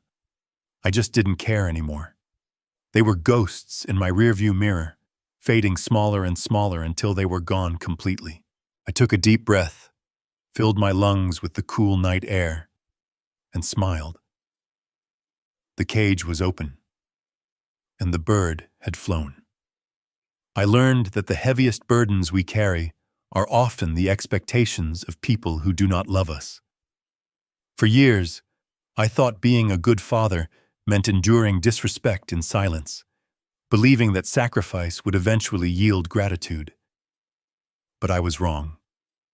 True family is not defined by whose DNA you share, but by who stands beside you when you have nothing to offer but yourself. Money can buy a luxury car or a mansion, but it cannot buy character, and it certainly cannot buy peace. If you are holding on to a relationship that hurts you just because you are afraid of being alone, let go. The solitude of freedom is far warmer than the cold company of those who only value your utility. It is never too late to rewrite your ending, and sometimes the best legacy you can leave is the example of standing up for your own dignity.